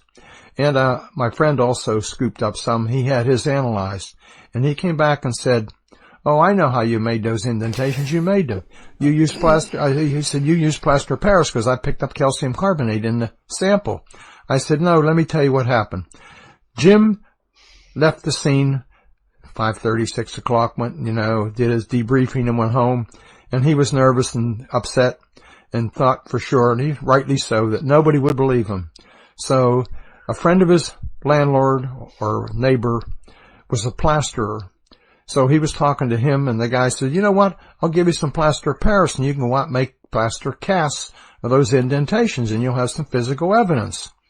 Jim said, great. So he got a backpack and a jug of water and a bag of plaster of Paris, and he went out and made 3 plaster casts of the indentation. He signed them, put the date on them, and numbered them 1, 2, 3. So that's the story of the plaster casts. Now, Jim was nervous that they would disappear, and I know he told me he put them in a big plastic bag and buried them in his garden here in Ipswich and left them there for several years, but then he rotated back to the States, and he was afraid something might happen, so he gave me one. He put one in his household goods.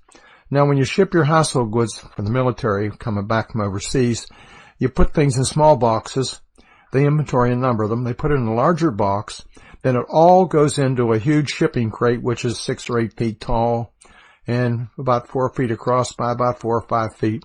They're nailed shut, they're caulked and sealed to protect them from the weather, and they're shipped directly to you, and they open them only in your presence at your new home. Well, Jim's shipment was delayed something like 6, 8, 10 months, I know, forever and ever, and they had to put tracers on it many times, and it seemed like they couldn't find them, and they finally showed up. When they opened the crate, which was still supposedly sealed, opened the boxes, the plaster cast was gone. Hard to explain. Why would anybody go to that much trouble? I don't know. I do know one thing I've learned later. About 3/4 of the thing I was told at the initial investigation, this was a brief thing, by the first 3 participants that were out the first night and others that were involved on the peripheral, they had all been messed with drugs and hypnosis. Unbelievable. In fact, the statement that Jim, John, and Cabanasac gave me were canned statements they were told in the OSI officers, which you can say. They never told me that till years later. They didn't tell me until years later that they were given drugs and hypnotized. No. Several of them told me they recognized somebody from a photo, and I didn't start this. But the UFO advisor to the White House, a medical doctor with a PhD, was involved. He was here. He's known in some circles as the UFO cleanup doctor. He was involved. So, a lot of other people, there's a lot of disinformation. A lot of things have been colored. Recently, I had 2 people come forward to me. My daughter, who's now almost 50 years old, who was a high school student at the time at Bentwaters, was intimately familiar with the incident because I come home and told them. Here she is, 35 years or whatever later. She's in an outdoor store in Manassas, Virginia, buying camping gear. And she asked the clerk at the counter, do you give a military discount? She had been in the military. She'd been in the Army band in Washington, as is her husband. And they said yes. But standing beside the clerk was the assistant or store manager. And so he overheard the conversation, and he said to her, were you in the military? And she said yes. He said, what branch? She said, Army. I was in the Army band in Washington my whole career. Oh, he said, well, I was in the Air Force. She said, oh. He said, where were you stationed? He said, well, I was initially stationed at RAF Bentwaters in 1979 to 1981 or 1982. She said, Bentwaters? She said, my dad was there. What? She said, maybe you know my dad. He said his name was Col.Halt. And the guy says, Col.Halt? Do I remember him? I was out there with him. She said, what? So she gave me his name and number, and I called him up. And at first I was a little suspicious. But no, he knew Bob, Sergeant Ball, he knew everybody, he knew the flight schedules. He was right. He had been one of the cops that was left at the gate to guard the weapons whenever I went out into the forest. He was holding the weapons for all the cops that were out there. He and his partner, Smitty. Meantime, Smitty got hold of somebody through the 81st Police website where you could go back and look for people that were stationed there with you, and made some comments, and somebody picked him up. I don't remember exactly who. David, I think you might have been involved. Yep. And they contacted me, so I called him up and talked with him, and he verified, and each of them said, Smitty said, and so did Jeff, that they both were there. And I said to each of them a couple of things. I said, first of all, what did you see? And they both told me, we saw the glowing object. We were very frustrated. We wanted to come out and be with you, but we couldn't leave the weapons. Wow. And I said to both of them independently, was Larry Warren there? And they both said the same thing. Are you kidding? Larry Warren wasn't there. Larry Warren was a joke. He was a druggie, and they knew it. So Druggie. Smithy, he says he had an experience. You know, He was guarding the East Gate with an M60. Sounds a bit like UFO proof. Well, I can't. Go ahead. I can't say he didn't have an earlier experience, because I can tell you there are so many people that have had experiences going all the way back into the 60s and 70s. Military people. In fact, there's one particular case in I think it was 1972 where the police in the weapons storage area actually opened fire on an object, obviously with no effect. But there are multiple people have had experiences. Many of them, they've come forward to me after this, the incident became public and they knew who I was. They sent stuff to me unsolicited to say, hey, and they give me information. And I've shared a lot of it with Robert Hastings, who wrote the book UFOs and Nukes.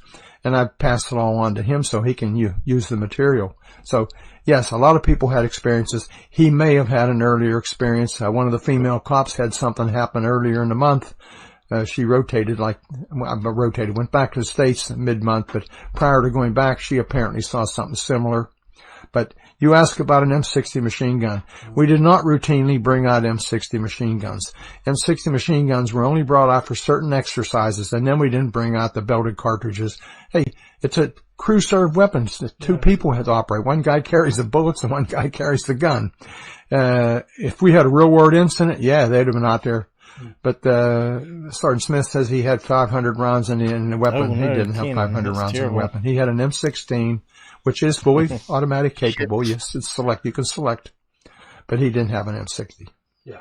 I mean, that's just ridiculous. I mean, the story is that he would have been opening fire onto British territory with 500 rounds of with an extremely heavy machine gun, which is for holding off like an attack from Russia or something, isn't it? And I think he said somewhere that he chambered around. And Fred, he did not chamber around in an M60. So, I mean, we were very, very careful with the M60s. We didn't dare let them get off the base or get anywhere. Anybody could do anything with them. It's a very lethal weapon. Because I asked a question at the museum, and I got a look like with raised eyebrows and something, really, But it was an interesting story. I mean, nobody's querying the fact that he may well have experienced something.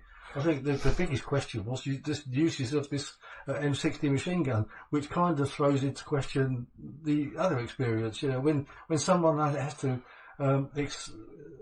sort of enhance their story with that sort of thing, it just throws other things into question, doesn't it? In my mind, anyway. Well, I was able to verify he definitely was at the gate with Jeff Weinsold. Yeah. The night I was out in the forest. I mean, I was able to verify that with other people too. So each of them told me the same thing as far as being at the gate independently, and both independently said, yeah, that was my partner. And other people in the cop squadron said, yes, that would have been them. But also since then, I think over the last, 3 years ago when I first, maybe 4 years ago when I first heard about Smitty, he wasn't giving out these stories that now he's getting downloads now. Well, the problem we're having, there's so many wannabes that may have been on the fringe or may not even been there, and they're all giving Larry Warren some competition, I guess. Yeah, well, that's right. I mean, I think he's getting on the Jim Penniston bandwagon with the downloads. That's what it seems to me. Okay, the next question I've got, Steve Longer. And the molten hell on the software downloads, whatever it's called, business.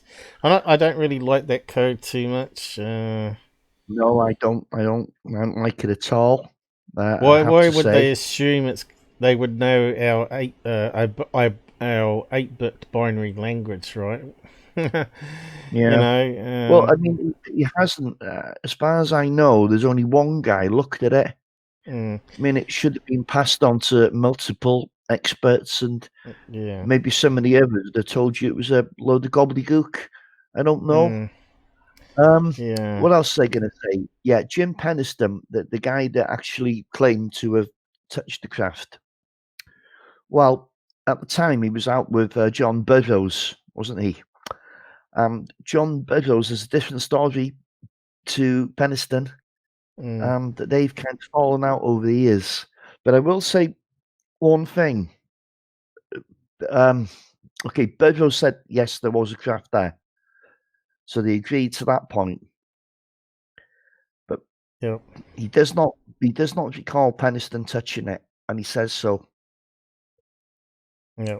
So yeah, you got some disagreement there. But there's another thing with Penniston, and that was his health condition. He had a heart condition after the incident, no question about that, and he'd had no previous signs of heart disease because they had regular medicals, obviously being in the military. Mm-hmm. And all of a sudden, he had this heart condition out of nowhere. I think it was something to do with the left ventricle. Mm-hmm. And yeah. So they examined him, blah blah blah, and after a couple of court cases, basically, the military agreed to pay him compensation for the injuries. Yeah. But the army medics, well, because they were army medics, the army done all the testing on him, blah blah blah, and the operation, and he had operation that was all army medics doing that. They classified. Mm. They classified his medical data to the point where he can't even get it himself. Now, something's wrong there. So the heart problem's probably from the drugs they gave him, not through the UFO. I was thinking that myself, but it could have been. That's why they're classifying it. It could have been something experimental truth drug. I don't know. Possibly. Yeah. But this is probably the real version of the whole event, this whole interview here. I think that this is the best interview that I've heard from any of the Rendlesham witnesses, to be honest. Yep. Mm-hmm. This is the one that should be a book. He has got a book though on all this, though, hasn't he? We just saw earlier there on the pictures. The Halt perspective. That's it. And I'll be honest with you now. The book is more of a reference book than anything else. I wouldn't recommend it. It's not a good book. Mm-hmm. It doesn't read well. It's difficult to read, to be honest. But yeah, now there's the Halt perspective too. Well, the first one was nearly 600 pages. And the first half of the first book was all about sightings that occurred previous to 1980 and beyond, before it actually moves on to the incident itself in question. Yeah. No, I just can't recommend that book to anyone. But it's up to you if you're really keen and you. No, I'm just talking to the people who are listening, Paul. You know, it's up to you if you want to buy it. But I'm not going to tell you any lies that it's a great book, because I don't think it is. Yep.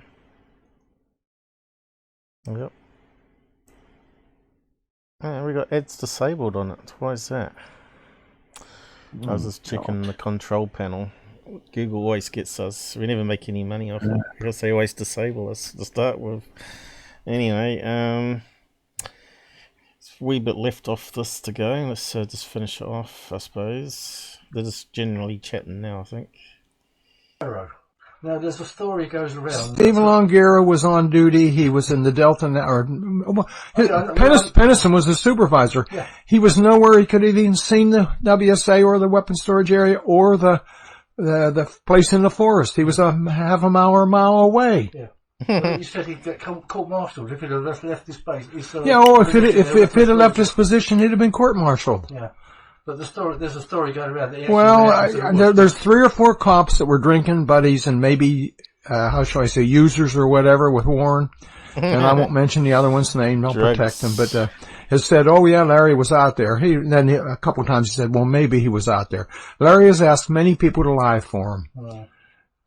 Even your buddy we talked about earlier that said, went to him and he said, he asked me to lie and say I was out there. Yeah. He's paid people to lie for him. Okay. Now, I suppose we've got to talk a little bit about Cable Green, the film that's been made. You were asked to be part of it, but you refused flatly. No, I didn't. I wasn't asked. That was a different film. Oh, was it? I've been asked to do a half a dozen different films, and I've refused it. I've said what I tell everybody is, if you give me editorial control, in other words, give me a chance before you release it to make sure it's accurate. And nobody wants to do that. So forget it. Because I've done programs, and almost every program I've done other than Unsolved Mysteries, they've embellished it or, not told the story correctly and added things, deleted things that are important, and made it so it would sell, I guess is the best word. I mean, the film was basically going to be the Larry Warren story, wasn't it? Cable Green, when it first came out, or began production, shall we say. We've seen the trailers with aliens landing in Cable Green. There were no aliens. Which was actually the farmer's film, not Cable Green. That's the thing, it wasn't aliens, that's right. It was just UFOs. All you saw going over Cable Green was lights. The night I was there, nothing landed. The glowing object was right just off the ground, maybe 10 or 15 feet at the most off the ground. But it did not touch the ground that I could tell. And it disappeared. The objects in the sky never landed that I know of while I was there watching. And there were certainly no aliens in bubbles and things. No, I didn't see any bubbles. I kept looking for something strange. I mean, other than what was going on was strange enough. I mean, really phenomenal. It's, I suppose people to leave that alone, really. It kind of looks like Josh Gates, when it comes out, because it's been delayed by about a year. Josh Gates from... well, they're going to get a surprise because they may meet some legal people when they put it out. You made a couple of telephone calls, didn't you? Yeah, I've talked to some legal people. And they tell me the same thing. You've got a good case if they use your name. I've put them on record for that film. Do not use my name, a likeness, my tape, my memo, or anything that relates to me or refers to me. Yeah. I think Jim's done much the same, has he? Jim Peniston. I think Peniston did the same thing. And I believe Nick Pope even.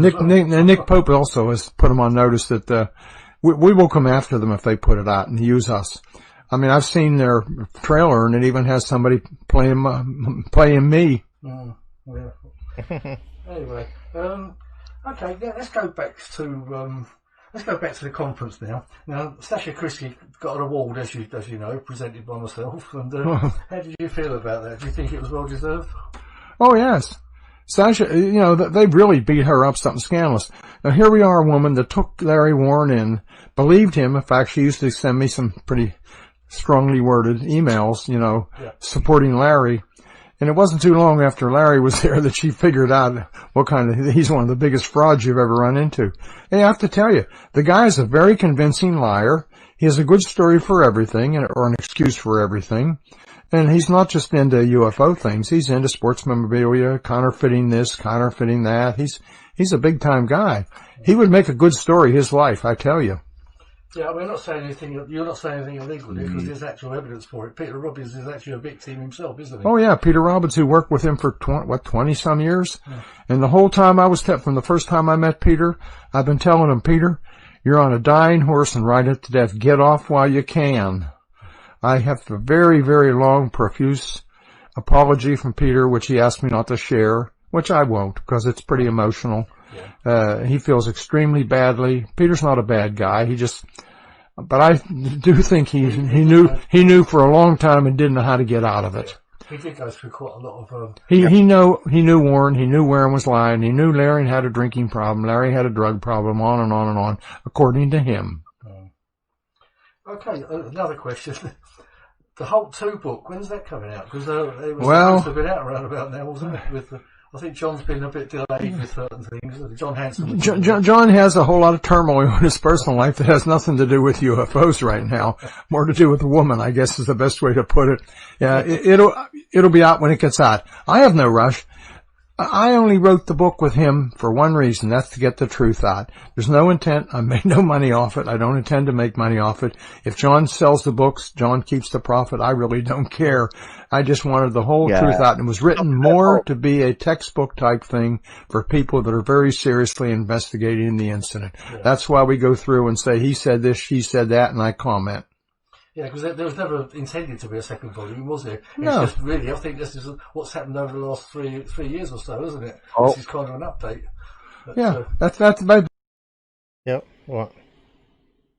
Yeah, John Beddoes, up until around about 12 months ago, he was teamed up with Linda Moulton Howe He was Linda's co-host. Did you know that? No. Yeah, well, that's she's kind everywhere, of, though. well, yeah, but it's kind of concerning, you know, when you team up with Linda, the way she is, the way she's been over the last few years, like, you know,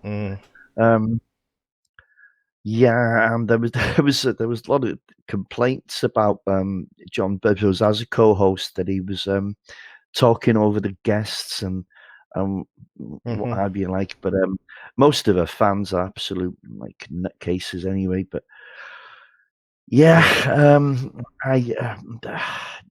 geez, it's been a long time since I've seen an interview with John Bedrose now. But you know, like Halt story, Bedrose's story, all the stories, that none of them exactly, none of them coincide or corroborate each other particularly well, you know.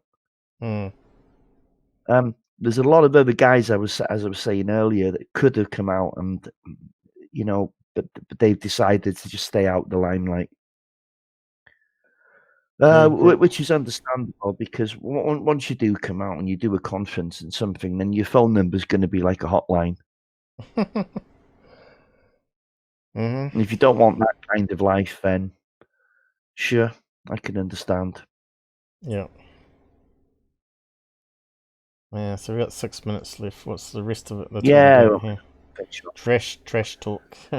Basically, more's come out. We've learned a whole lot more. Yeah. You know, I didn't know until not too long ago that the statements I was given initially by the first three people, they were canned statements. They were told what to say and what they couldn't say. And there's some real issues. For instance, John Burroughs isn't sure what happened in the forest. I'm not sure Jim is 100% sure either. Because John's been given screen memories and has things blocked. Now, they've been hypnotized multiple times since then. And I know John's diligently talked to people, you know, experts in hypnosis, to try and find out. He wants to know what really happened in the forest. He doesn't know. He'll admit that. Have you got any plans for the 40th anniversary next year? Or? I don't have any big plans, but body cams if appropriate, I'm willing to. I'm not doing too many more programs. I'm not excited about doing a movie or anything. You know, that's not. I've got my own life. I put this on the shelf and don't pay any attention to it until somebody asks the question. If it's a legitimate somebody that's honest and straightforward, I'll answer it. If it's somebody on the fringe with some nonsensical thing or wanting to do a movie to make a lot of money or something, I just tell them no interest. Yeah. I think that's kind of why I'd like to get you back over again for next year, hopefully, if we can, for the 40th anniversary, maybe even with Jim, if that's a possibility. I don't think this book, I don't think it's really caused any real rifts between you, is it? It's just caused problems between friends, maybe. I don't know how to put it, really. I mean, how would you? Well, I'm just very hurt and disappointed with the book, to be very honest with you. Because, I mean, I don't think it's actually, a lot of it's from Jim, is it, the comments? I think he's actually just put a lot of comments in the book from other people with different versions of... well, then he should say it. Yeah. If he wasn't there and doesn't know, then he needs to say this is somebody's opinion, or this is this or this that. And there's a lot of quotes in the book, but they're all taken out of context, and many of them are slanted. They don't tell what was going on. They just take a sentence or two. Yeah, sure. But I know you'll be talking to him anyway, won't you? I will. But, okay. I imagine that, I suppose that's really, we can draw a line under that now. And I think all I can say now is thank you for this talk, Colonel, and it's lovely to have you back over again, Chuck. Oh, it's my pleasure. I appreciate the invite and all. Yeah. It's been fun. And I've met a lot of nice people. Some people I hadn't seen in years, and others that I'd never met before, and they were, Well, I've got to say, the feedback I've been getting for the conference has been really positive. I mean, it shocked me. I thought the whole thing might just go tits up, as a British saying. But well, I have to tell you, the first time I did a speech over here was years and years and years ago with Harry Harris up in Manchester. And when I didn't know, I walked into a hornet's nest. All Larry Warren's followers who ardently believed him were there. And when I said he wasn't there, they about went crazy. I almost had to run for my life. Yeah. Well, I mean, I've got to say, at this point, when you mentioned that, I mean, they were invited to the conference, and they could have shown their half of the story. But I would love to have had Larry here. Oh, or Or Gary Heseltine. Yeah. What a, never mind. Yeah. I have to laugh when I talk to the name of his What? magazine. I think it's funny. Yeah, the truth. Yeah, you're right. Where did the light go? What are you laughing at? Yeah. What are What? you laughing? What? What are you laughing at? No, he was talking about Gary Heseltine there, but he didn't say it. But that was the guy that Gretna Green. You know, he's a Wally, basically. Yeah. Hey, we lost a light for some reason. Paul, from what I'm seeing, we've lost 6 of them. Hopefully, we'll see you again next year. Well, you're in my home at the moment, so Why? What did we do wrong? But thanks for coming on, Charles, and telling us the counters. putting us straight on a few things again. And, it's been great having you over again. Thank you, and thank you for listening, everybody. You've been listening to Paranormal. Hey, we finished.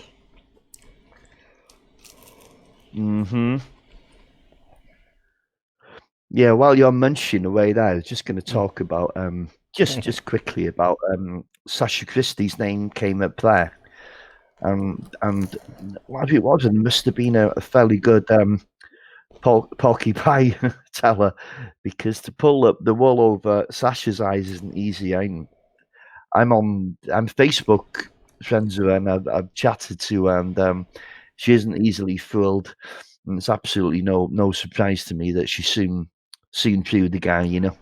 Yep. Thank God she did, because but I'm not sure how it took Peter Robbins 20 odd years to yeah. I think as Charles Halt said, he realised that he'd backed a deaf horse, but he just didn't know. He couldn't claim his bet back because the book by this time was probably going into publication, and he'd spent so much time and money on the research and everything else. But yeah, it's unfortunate, isn't it? Mm-hmm. And the thing is, all his information came from Scuttlebug. So he was at the base. There was no doubt he was at the base. He just wasn't there on that particular night.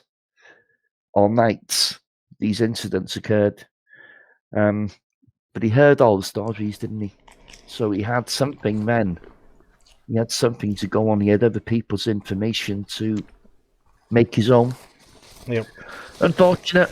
The same thing happened with Roswell. You know, you had lots of people like Glenn Dennis, and there's another one, Glenn Anderson, and you know, people who were there and around at that time, and they thought, okay, here's a quick 15 minutes of fame, or maybe even better.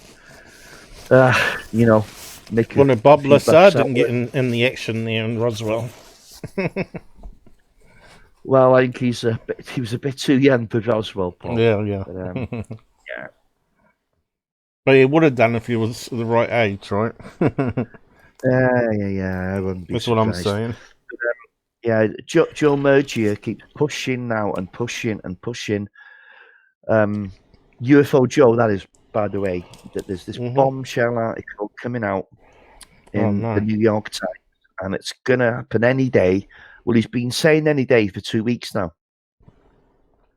Yep.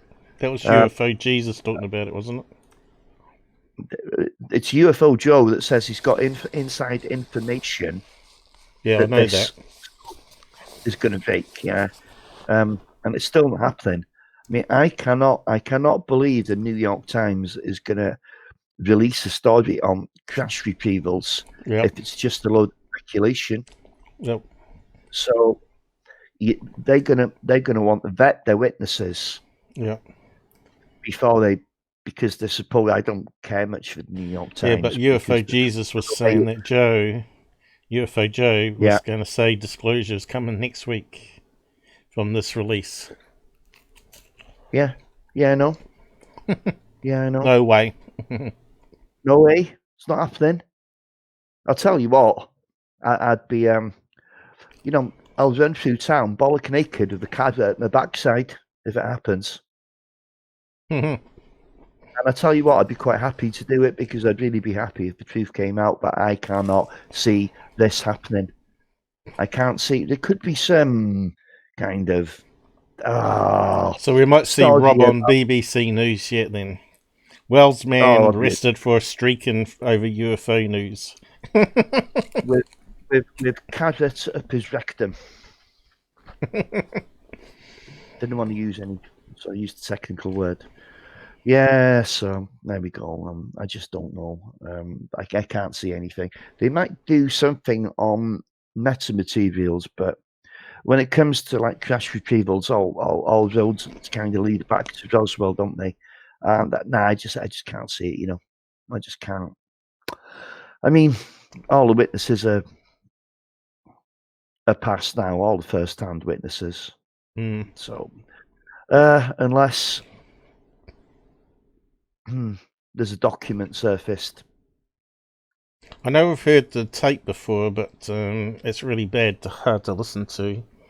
And we can play back the transcript here, or maybe the last 2 pages, and see how it goes. Oh, hold on. You're going back now. You're going back to Rendlesham again now.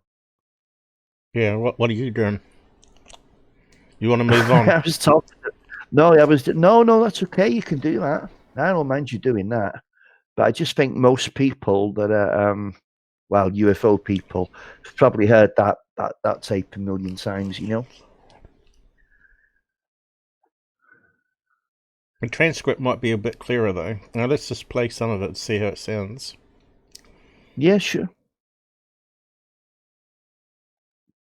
It might not come out very good. From now on, let's identify that as point number 1, that stake there.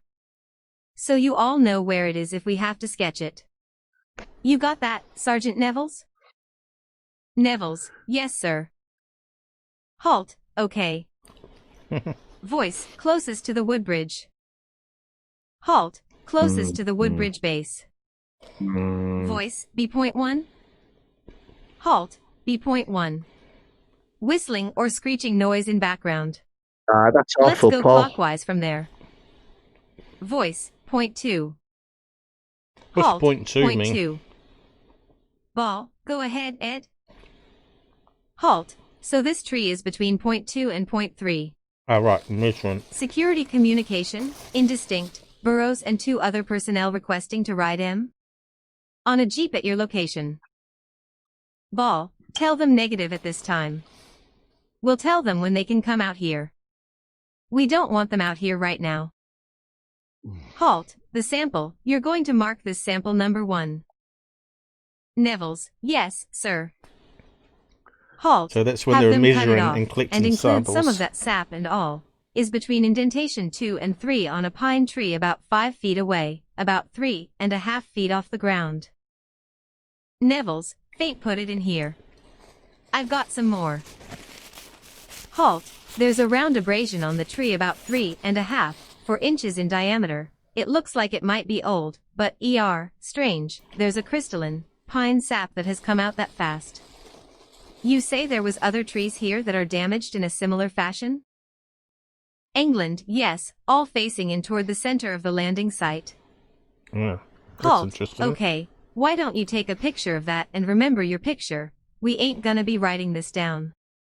Oh, it's gonna be on the tape. England, Paul, you got a tape measure with you? It'd be actually much better if you just played this, use this link I'm sending you now. It's there for you now. It'd be much better to do that. That stupid robotic reader's making a pig's ear out of things. Well, now it's quite enjoying, but anyway. Just use that link. Only took me 2 seconds to find it. Yeah, but I thought maybe we'll progress onwards with the next case. It's not realistic because it's not their voices, is it? You know. Yeah, it's best if you alternate the voice between the people, even though it's not really them.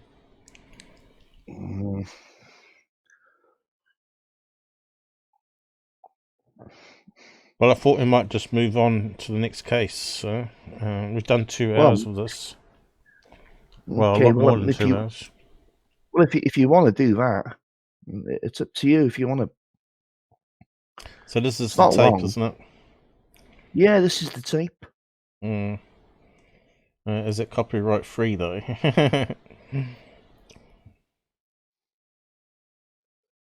I don't know. It says TV2 there. People can go and listen to it themselves. So I think we'll just move on, huh? Yeah, okay, no problem. So what's the next one? The Berkshire thing? UFO incident? Yeah. Did I leave you that? I don't know. I got one of them anyway. Where's it on the map?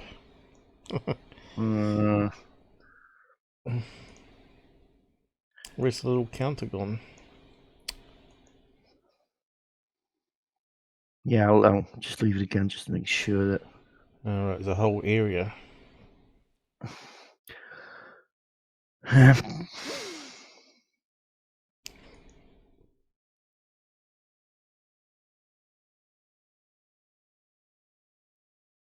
We've got 2 links. Yeah, the last one. That's alright. I got it. Is this one related to this, or...? No, it's a totally new case. Okay, it's not related to this one. What?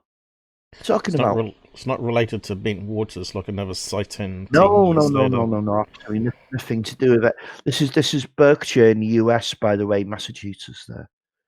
Yeah. Okay. It's been doing all rounds recently because there's a documentary on Netflix about it, and it's really good. Berkshire, USA, you reckon? There's other ways of getting in it, but I'm afraid I can't tell you how to do it. That's why I was asking if it's related, but Berkshire's in the I UK, but it's also in America. Yeah, in America, yeah. Close to Boston. There you go, New York. Alright, so where do we get on this one? Okay, at the top, I suppose. Good. Yeah. Let's see how it goes. A lot of white space there.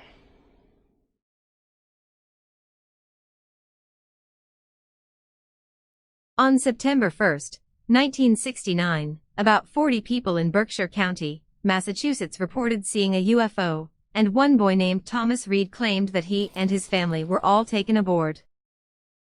Brian Pocious / Flickr about 40 people in the Berkshires witnessed a UFO in 1969. In 1969, residents of Berkshire County in Massachusetts went into a panic after multiple people reported seeing a UFO. The furor over the sighting reached far beyond the area and captivated people all over America.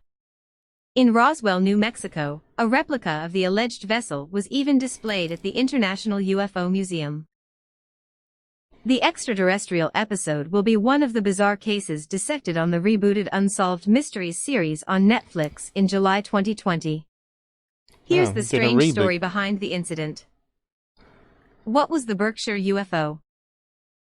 Heather Bellow / the Berkshire Edge. In 2015, a group of residents who witnessed the 1969 UFO incident raised funds to build a monument for it. On the evening of September 1st, 1969, strange lights descended on the town of Sheffield, located in the southern Berkshires. Many who saw these lights said that they were attached to a UFO. According to witness accounts, the UFO in question was a disc-shaped craft that performed acrobatic maneuvers in the sky above the Berkshires. It's unclear exactly how long the phenomenon lasted, but many witnesses of alleged UFO encounters describe losing track of time. The Berkshires is a region of rural highlands in western Massachusetts. It encompasses large swaths of wilderness, making it a popular tourist destination for hikers and nature lovers during the summer. The Berkshires are also made up of mostly small towns, which, in the case of curious extraterrestrial beings, makes it an ideal spot to visit. Jimmy Emerson / Flickr Sheffield, where many of the witnesses resided, has a population of a little over 3,000 people. However, the seemingly brief UFO encounter was apparently powerful enough to leave a lingering sense of mass confusion in its wake. Schoolchildren were drawing UFOs in class while adults called into the local radio station to explain what they had seen.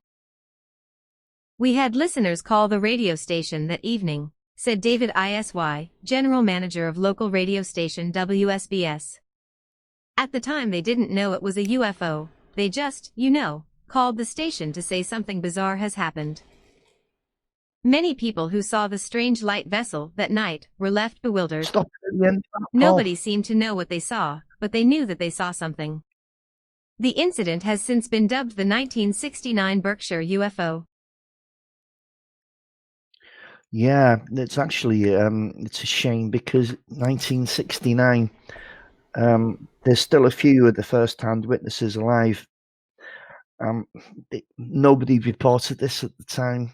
Only like a handful of people, but now it's been investigated properly. There's a lot more people that have come out, unless we have the same problem as we get in a lot of UFO cases that people are just pretending they were involved. I don't know, but it's got everything, multiple witnesses from children to adults. You've got an abduction thrown in there as well. So if anyone does have Netflix, or they can find another way of watching this, it's well worth a look. The only thing is that the documentary is kind of like frustrating. It's like an introduction to the case, but it's just not detailed enough for me. I don't know like how you can possibly cover, a case of this magnitude in like 45 minutes. It just doesn't work for me, but there's enough there to tell you it's a good case, Okay, on we go. UFO. It was later estimated that about 40 people reported seeing the UFO. Some of them who were children at the time still live in the area today. Reed family, both children and adults, bore witness to the 1969 Berkshire UFO. "Children coming into school, talking about the event," said Robert Kroll, the director of the Great Barrington Historical Society, in 2018. "An old student of mine. One is a local shop owner whose father was the police chief in town. So these are reliable people. These are not self-promoters." The witness accounts were so plentiful and compelling that the local Great Barrington Historical Society recognized the encounter as the first off-world/UFO case in U.S. history about 45 years later. But did the 1969 Berkshire UFO incident actually happen? Accounts of the Berkshire UFO. Cumaracangrel/Flickere monument was erected near the covered bridge in Sheffield, where residents said they saw the UFO. Whether or not you believe the witness stories, the Berkshire UFO in 1969 was no doubt a remarkable event for the townspeople of Sheffield. While many have admitted to seeing the UFO vessel, or its strange lights, the most prominent eyewitness is by far Thomas Reed. According to Reed's account, he saw the UFO when he was 9 years old on September 1, 1969, while he was in the car with his mother, grandmother, and brother. As Reed recalled, the family was heading home from their restaurant Village on the Green, and he was busy giving his brother a little fireball candy. Suddenly, they noticed a mass of glowing lights peeking out from behind the lush trees on the empty road. Reed family Thomas Reed, left, who saw the Berkshire UFO when he was 9 years old, and his brother. The strange lights continued to spill out from behind the trees as the family crossed the covered Sheffield Bridge, but they didn't know what to make of the sight. "We all looked at it because it was kind of a self-contained glow," Reed said. "It rose up a little bit. It looked like it followed the dirt road, which I'm sure it probably didn't, but it appeared that way because we could see it through the trees. The light started to bleed through once we broke into a little bit of a clearing.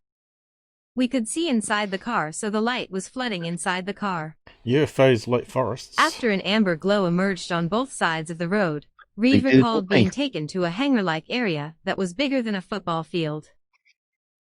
"We encountered something," Reed said. "It was definitely not of this world. We had a black and white television at time, and the imagery that we saw on this thing was unbelievable. There were lights that looked like fluorescent tubing inside this hangar. This hallway we had seen was circular with a Y configuration, almost to control the flow of traffic. This one room had a bowed-in wall that was rounded. This was not something that you would have seen in 1969 anywhere else. I have no idea where I was, but I know that what I saw was very different than anything I've even seen today 50 years later. Glimpses of this strange place muddied his brain, until he realized they were back inside the car. His grandmother and mother had switched seats. More astonishingly, there were no more glowing lights, Reed said. The 1969 Berkshire UFO Incident will be the subject of an episode on the Unsolved Mysteries Netflix series. Everything got really calm. That must be soon then. It was like being in the middle of a hurricane. Oh, I've seen it. Oh, There was like a barometric change in pressure. Sorry? I just told you. I've seen it. That's what I was saying. It was only like about 45 minutes long, and I was a bit disappointed that it didn't go into more detail. You know? All right. No, it's been out for weeks, Paul. But Okay. everyone's talking about it on the UFO groups and what have you. I'm actually surprised that you haven't actually seen it talked Well, about you on didn't post Twitter. a link to me in Discord, did you? Damn it, I'll do that for you, okay? And probably Susan wants it too. But Yes, absolutely. do it in a DM if it's what's it? Pressure. It was just like a dead silence. Then there was an eruption of crickets and frogs, and it got really loud, and that was it, Reed said, adding that it was all quite confusing. Later, Reed formed the non-profit UFO Monument Park Incorporated to maintain the plot of land where the monument stood. Oh, what's happened? Must be some more. There you So go. it's one of these funny bridges that they have across streams, isn't it? I don't know what you call them. I'm not sure why they built little roofs over them. Is it like a protection from a storm as well? So I need to carry on. Oh, gone too far now.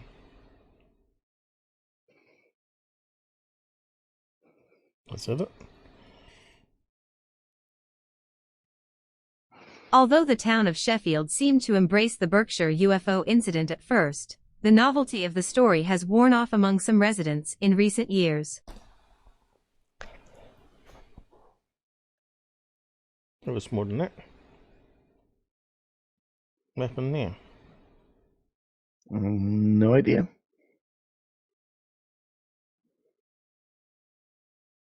Yeah, recent years. Why did it stop there though? No. It's kind of weird. It's not too much more.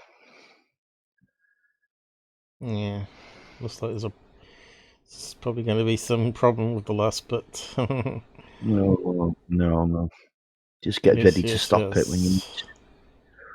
In 2019, just about 4 years after it was erected, the town removed the Berkshire UFO monument. Why? The town's attorney's assessment that the monument had been erected on town property quickly paved the way for lawful removal. Typical America. No, it's not reading past the pictures. Maybe somebody got in touch with him. Yeah. Somebody maybe high level. The woman in black or the man in black. You got it. And persuaded him that it was in his best interest to have it removed. I wonder if that'll work. I'm sure if it was any other type of statue or plaque, it would have been fine. Oh, there it is there, the plaque. Where did we get down to? There, wasn't it? Who's that guy? I don't know. Let's see if this works next. Okay. Try it on this other mode.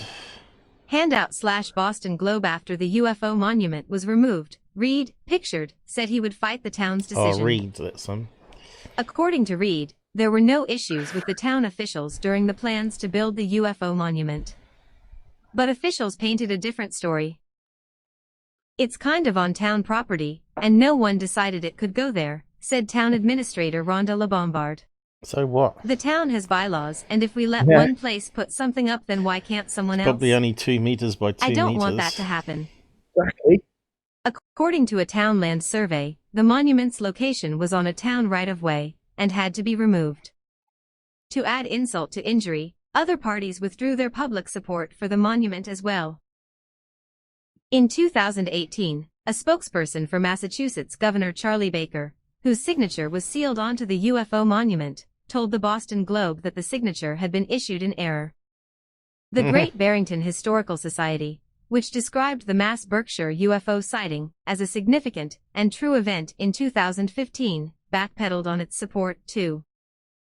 Now that's The Berkshire suspicious, the isn't plaque it? on the Berkshire UFO monument described it as our nation's first off-world/UFO incident. It could be used as a tourist thing. I think the Historical Society regrets that our words or our decision has been taken out of context, said Kroll, who added that the incident was significant to the town, but the organization shouldn't have focused on one good night, individual, Ken. an obvious reference to Reed. Yeah, Mike Ken. In 2019, after there were no efforts by Reed and his colleagues to remove the structure, the town hauled away the UFO monument for good. The monument was removed at considerable expense to the town, said Selectman Martin Mitsoff, who could not give the precise cost of the removal. Unfortunately, the party responsible was not responsive. No super Meanwhile, chat today. Reed said that he and his colleagues would fight the removal. Despite the human drama surrounding the event, the 1969 Berkshire UFO sighting continues to fascinate UFO enthusiasts from all over the world. Perhaps the Unsolved Mysteries series will bring us just a little bit closer to answers and resolution. Next, watch 3 videos of UFOs filmed by Navy pilots that were declassified by the Pentagon, and then explore Skinwalker Ranch, a real-life hotbed for paranormal activity. That's it, I suppose. I think we got to the end. After all that little hassle. There wasn't much of... Is that all we got on it? Yeah, because Right. because this case is only just kind of recently broken with the Netflix episode. It's only now that people are really talking about it. If you get me. Yeah. That's right. That should be promoting it because it's a good tourist attraction, right? Sure. Hot spots of America, UFO hotspots. Oh, you don't need to donate yourself, you silly bugger. No, that's okay. With this COVID, my bank balance is looking damn healthy. Don't say that too loud, they'll be listening in. Okay. Yeah. Yeah, I'll be getting begging letters. Yeah. It's it's put it this way, it's the first time it's been in 4 figures for quite a while anyway. I've still yet to see a payment from Google. They reckon it comes out on the 21st normally. But I haven't seen anything pop up on the bank account from them. They're never in a hurry to give it to you, are they? No. Anyway, what are we moving on to next? Oh, we're coming home. We're coming home to Wales. I believe. Yeah, we sure are. And this is only short case as well because, unfortunately, the witness decided. But this is quite appealing to me because I know the road that this guy was on, and I just know how creepy this place is. There was a whole bunch of stuff that was happening at around about the same time. And Llandudno, which is the area, has always been a kind of a hotspot, you know. Although I'm afraid to use that kind of phrase hotspot because I think everyone believes that they live close to a hotspot. There we go. Yeah. Have you got a map location or city name? Well, I tell you what you should look for. The Great Orme, Llandudno, which is spelled with 2 L's. Is it in here for copy and paste? It could be. Scroll down, it might give you a picture. It might be a photograph in there, I don't know. Let's see, location.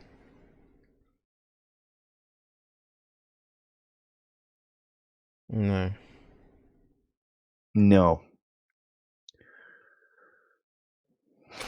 Is this the Abduction one as well, is it? Oh yeah, let's do. Yeah. Abduction. Yeah. There's Great Orme. That's what you need to look for, Paul. Can you see that then in the first paragraph? Light beams reported over the Great Orme. Yeah. So you need to just type in Wales after it, Paul, and it should come up. It's actually spectacular area, I can tell you. Okay. What's that place there? No, that's not it. That's not it. I typed in Wales. It's come up with Lando. Yeah, you need to find more images for it, Paul, before you get the right one. Looks like it's in Wales, is it? It's on the tip. Yeah. No, you need more images. That's all. Liverpool, Isle of Man. I don't know why you don't use Google. I don't know why you don't use Google Maps. You know. That is Google Maps. Well, you're not very close to the area. It's up here, it says. Yeah. Okay. Just keep going. Just move in, innit? Yeah. Little tip of land. Have a castle on it, or that white building anyway. The Great Own Country, is it? Careful. Captain's Table Calf.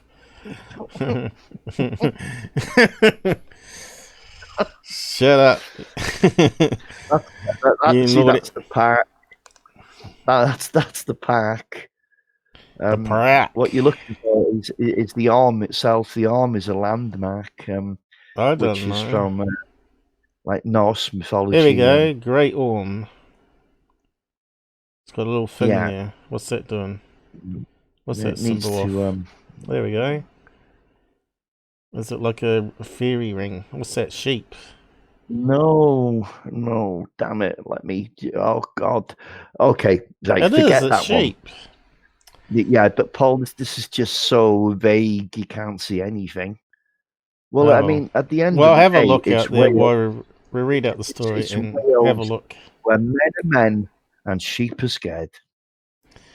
And we haven't done a farmer index talking about sheep. Oh. That's all right. Well, we forgot to do one last week too. Oh, never mind. You'll have to keep reminding me on that. Abduction in Wales, 1997. A remarkable case of alien abduction with missing time comes from Wales.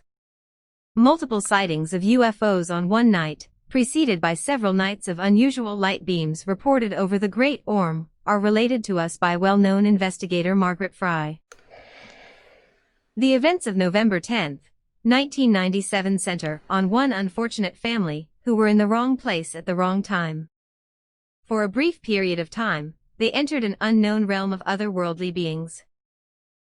The family was driving along on the Bodfair/Llandudno road when all of a sudden their car was engulfed by purple. A purple craft seemed to join itself to their automobile. The next clear memory any of the family had was that the craft was suddenly gone, like it just disappeared into thin air. The family was again driving down the road, resuming their journey except for the feeling of the loss of time. But they could not account for considerable hours of time lost. Said Fry the male was having trouble afterwards with a top molar tooth, and he had to go to the dentist's, and a black unknown object fell out while he was at the dentist's, but he had no fillings, she said. Shortly afterward, the male I need to driver see of the the car dentist. reported the strange happenings to local authorities. Soon he was visited on 2 different occasions by Air Force personnel. They warned the man to never speak of the events of November 10, 1997 publicly. These visits are very similar to tales in America of the infamous Men in Black. The strange purple craft and missing time experienced by the family was told only to a friend, who in turn related the event to investigator Fry. The names of the individuals involved remain anonymous. Have been changed The to protect case of the the alleged innocents. abduction is extremely interesting in the light of the reports of the strange light beams, and another eerie encounter of the same night. A local businessman would corroborate the 2 other sightings, with a bizarre report of his own. The man claimed to see a strange craft on the same road as the abducted family's encounter took place. He described the craft as enormous, and the shape of a child's spinning top. He was able to draw a sketch of what he observed that night, while stopping to look at a UFO as big as a football field. The that's UFO, small. a classic saucer-shaped object, was seen hovering over buildings in the village of Llandudno. He claimed that the large craft had a myriad of lit windows, and was large enough to be a mothership capable of transporting hundreds of people. Another ship. What was this enormous ship seen that night, except a visitor from another world? The case has never been explained by any earthly object or conventional means, and remains a mystery to this day. Not much on it. No, there isn't. But I've got a link here, Paul. This will give you some excellent pictures. I hope.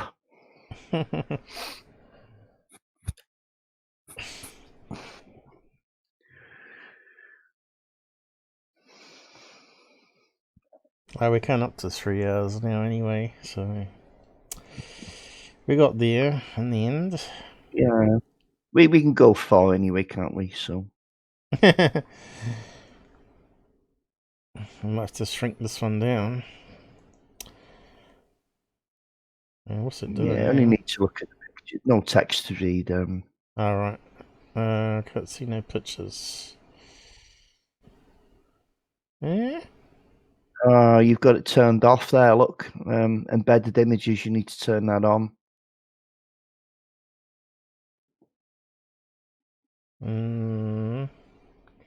Maybe I'll just scale it down.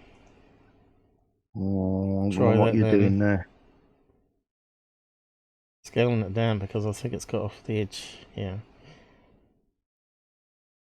Didn't work. Are you sure that should be on? Doesn't seem to be doing anything.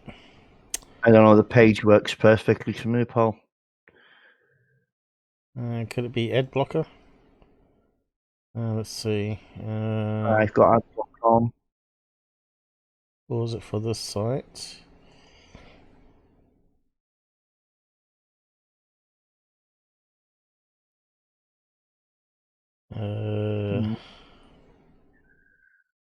There must be something missing. What did you type in for the search? Your link must be wrong. No, the link's fine. It's the same website, but it's just that I'm getting the photos. Oh, here we go. Yeah, I had to reduce the size of it by 1 more. There's a bug on the web page. So we got some pictures now. Yeah, and so you can see how lonely this is. The type of road he'd have been on. Looks like a good place to go and fish. Whoa, mate! Yeah, about 800 foot above sea level there. You know, it's quite spooky if you're afraid of heights because there's a sheep. Right? Do you know why? Goat. Do you know goats? No sheep. Do you know why they're showing the goats? Goats. Yeah. These are like mountain goats that are only ever seen on the Orme. Now, since COVID, and there's been less people on the streets, they've been going to town and walking around town. Yeah, here's a picture Look of at one that. there. Yeah. Crazy.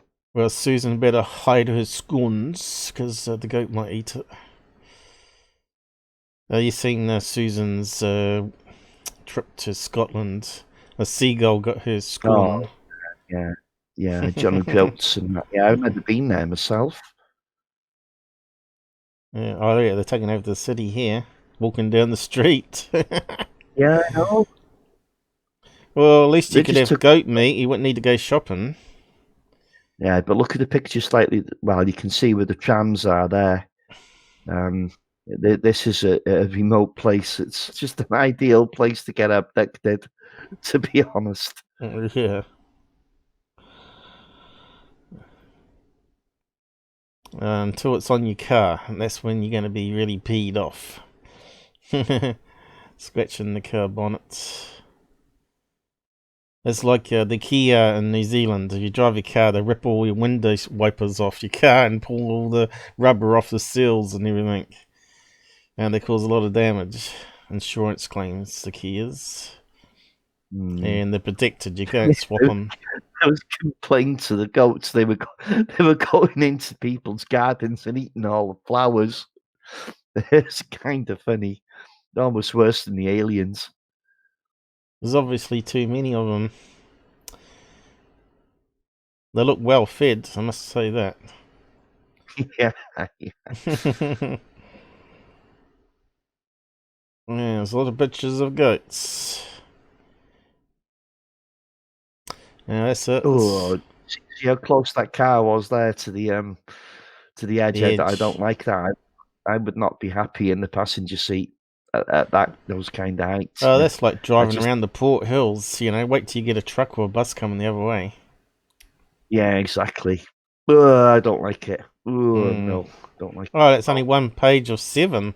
Let's keep on going. Yeah. There'll be That's another like 7. a rally car. So I don't fancy going at speed around those bends. One mistake and you're toast.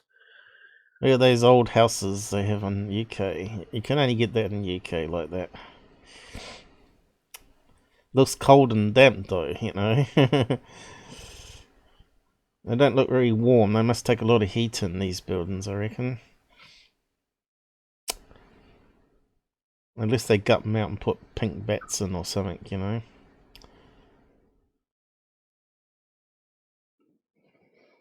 This is almost look like Susan's YouTube video.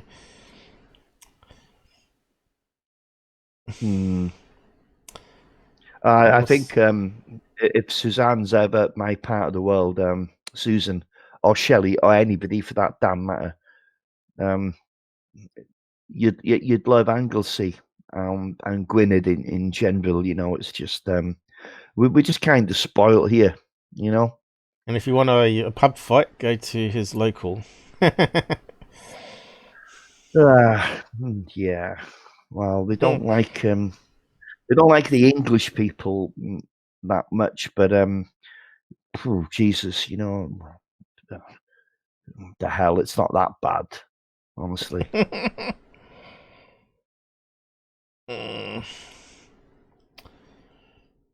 It is if they're playing cricket, England vs Wales or whatever.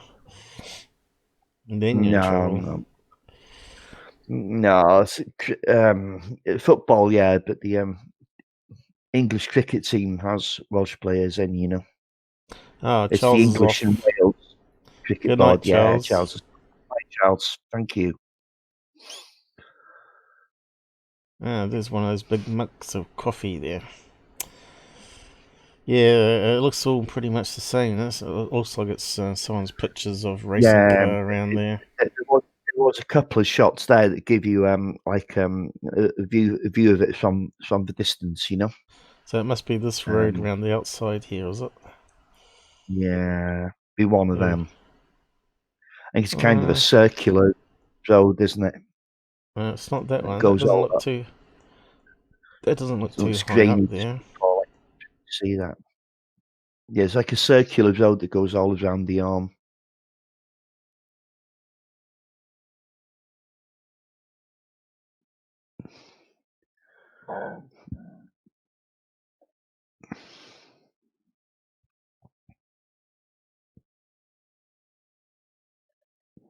Looks a bit of cliff there. And there's a place way down there. Let's go down on a gradual thing. Thing is, overhead you don't see the elevation. Now you can see by the shadows how high up it is, right? So there's the road there, bollocks of it. So those white dots were actually goats, not sheep that we saw. They were blurry. Oh, plenty of goats there. Well, there's a few less now because they're all hanging out in town.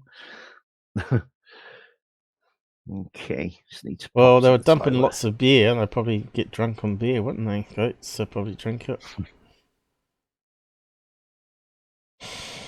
Yeah. Well, there we go. I suppose we better wrap up. Everybody's going now, I think. Where's Robert going?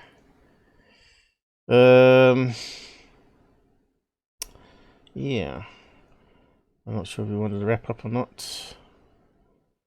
She wants to go to the pubs. You'd cause a lot of trouble there, Shelley. You'd be beating up everybody.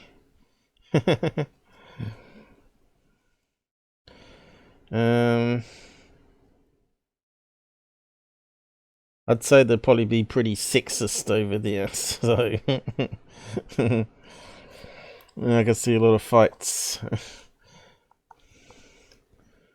The LBGT brigade is in town.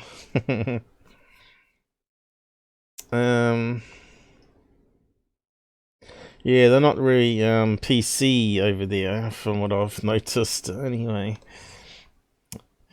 there's a difference between UK and USA. I think USA is like overboard PC is, and UK is like almost the opposite. And New Zealand probably the same. And they call a spade a spade.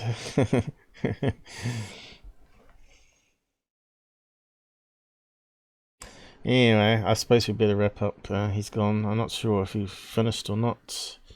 Get rid of the alien there.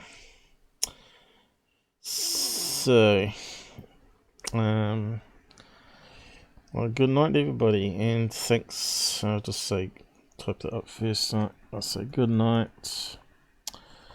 Thanks for commenting, and do give a shout out on a comment on the video that we played today, so the guy knows he's getting traffic from us. Susan's done a comment there, like and whatever, sharing. Also, yeah, join our Discord group if you want to chat after show and want us to look at other UFO stuff or cases in future. Stuff that you may have discovered that you'd like to see if we can find out more on. But yeah, I'm just going to wrap up now and say goodnight. Sorry? Wait, you're still live? Yeah, okay. I thought we finished. No, well, I did have a bit more, but it's okay. We can leave that till. How long have we been going? 3 hours. 3 hours? Yeah, I think it's long enough. Okay. Yeah. People complain if it's 4 or 5 hours. Yes. Fine. Yeah. You can leave it for next week. What was the other bit you're going to do? Yeah, I've got quite a lot here that's might be best to start fresh, you see. Yeah, absolutely. Yeah. Okay. Yeah, I've got quite a few cases ready to go, like, But sure, we'll wrap up for tonight if you like. Yep. Okay. And good night, everybody. Okay. Good night. Thank you.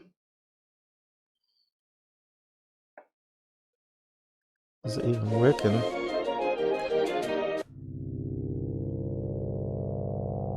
Sometimes wonder. Can't see it coming up on the screen here on the panel. Not sure how far back it is. Looks like at least a minute.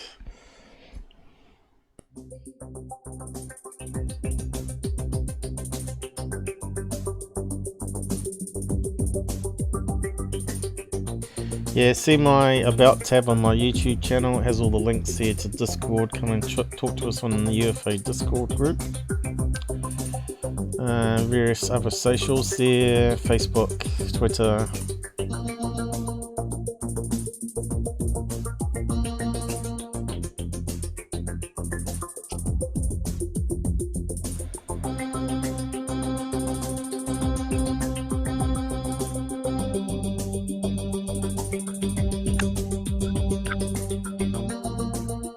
How many dislikes did we manage to get?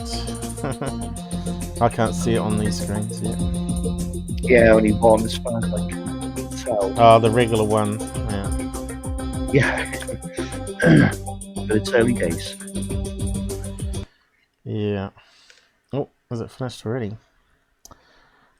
Looks like it has.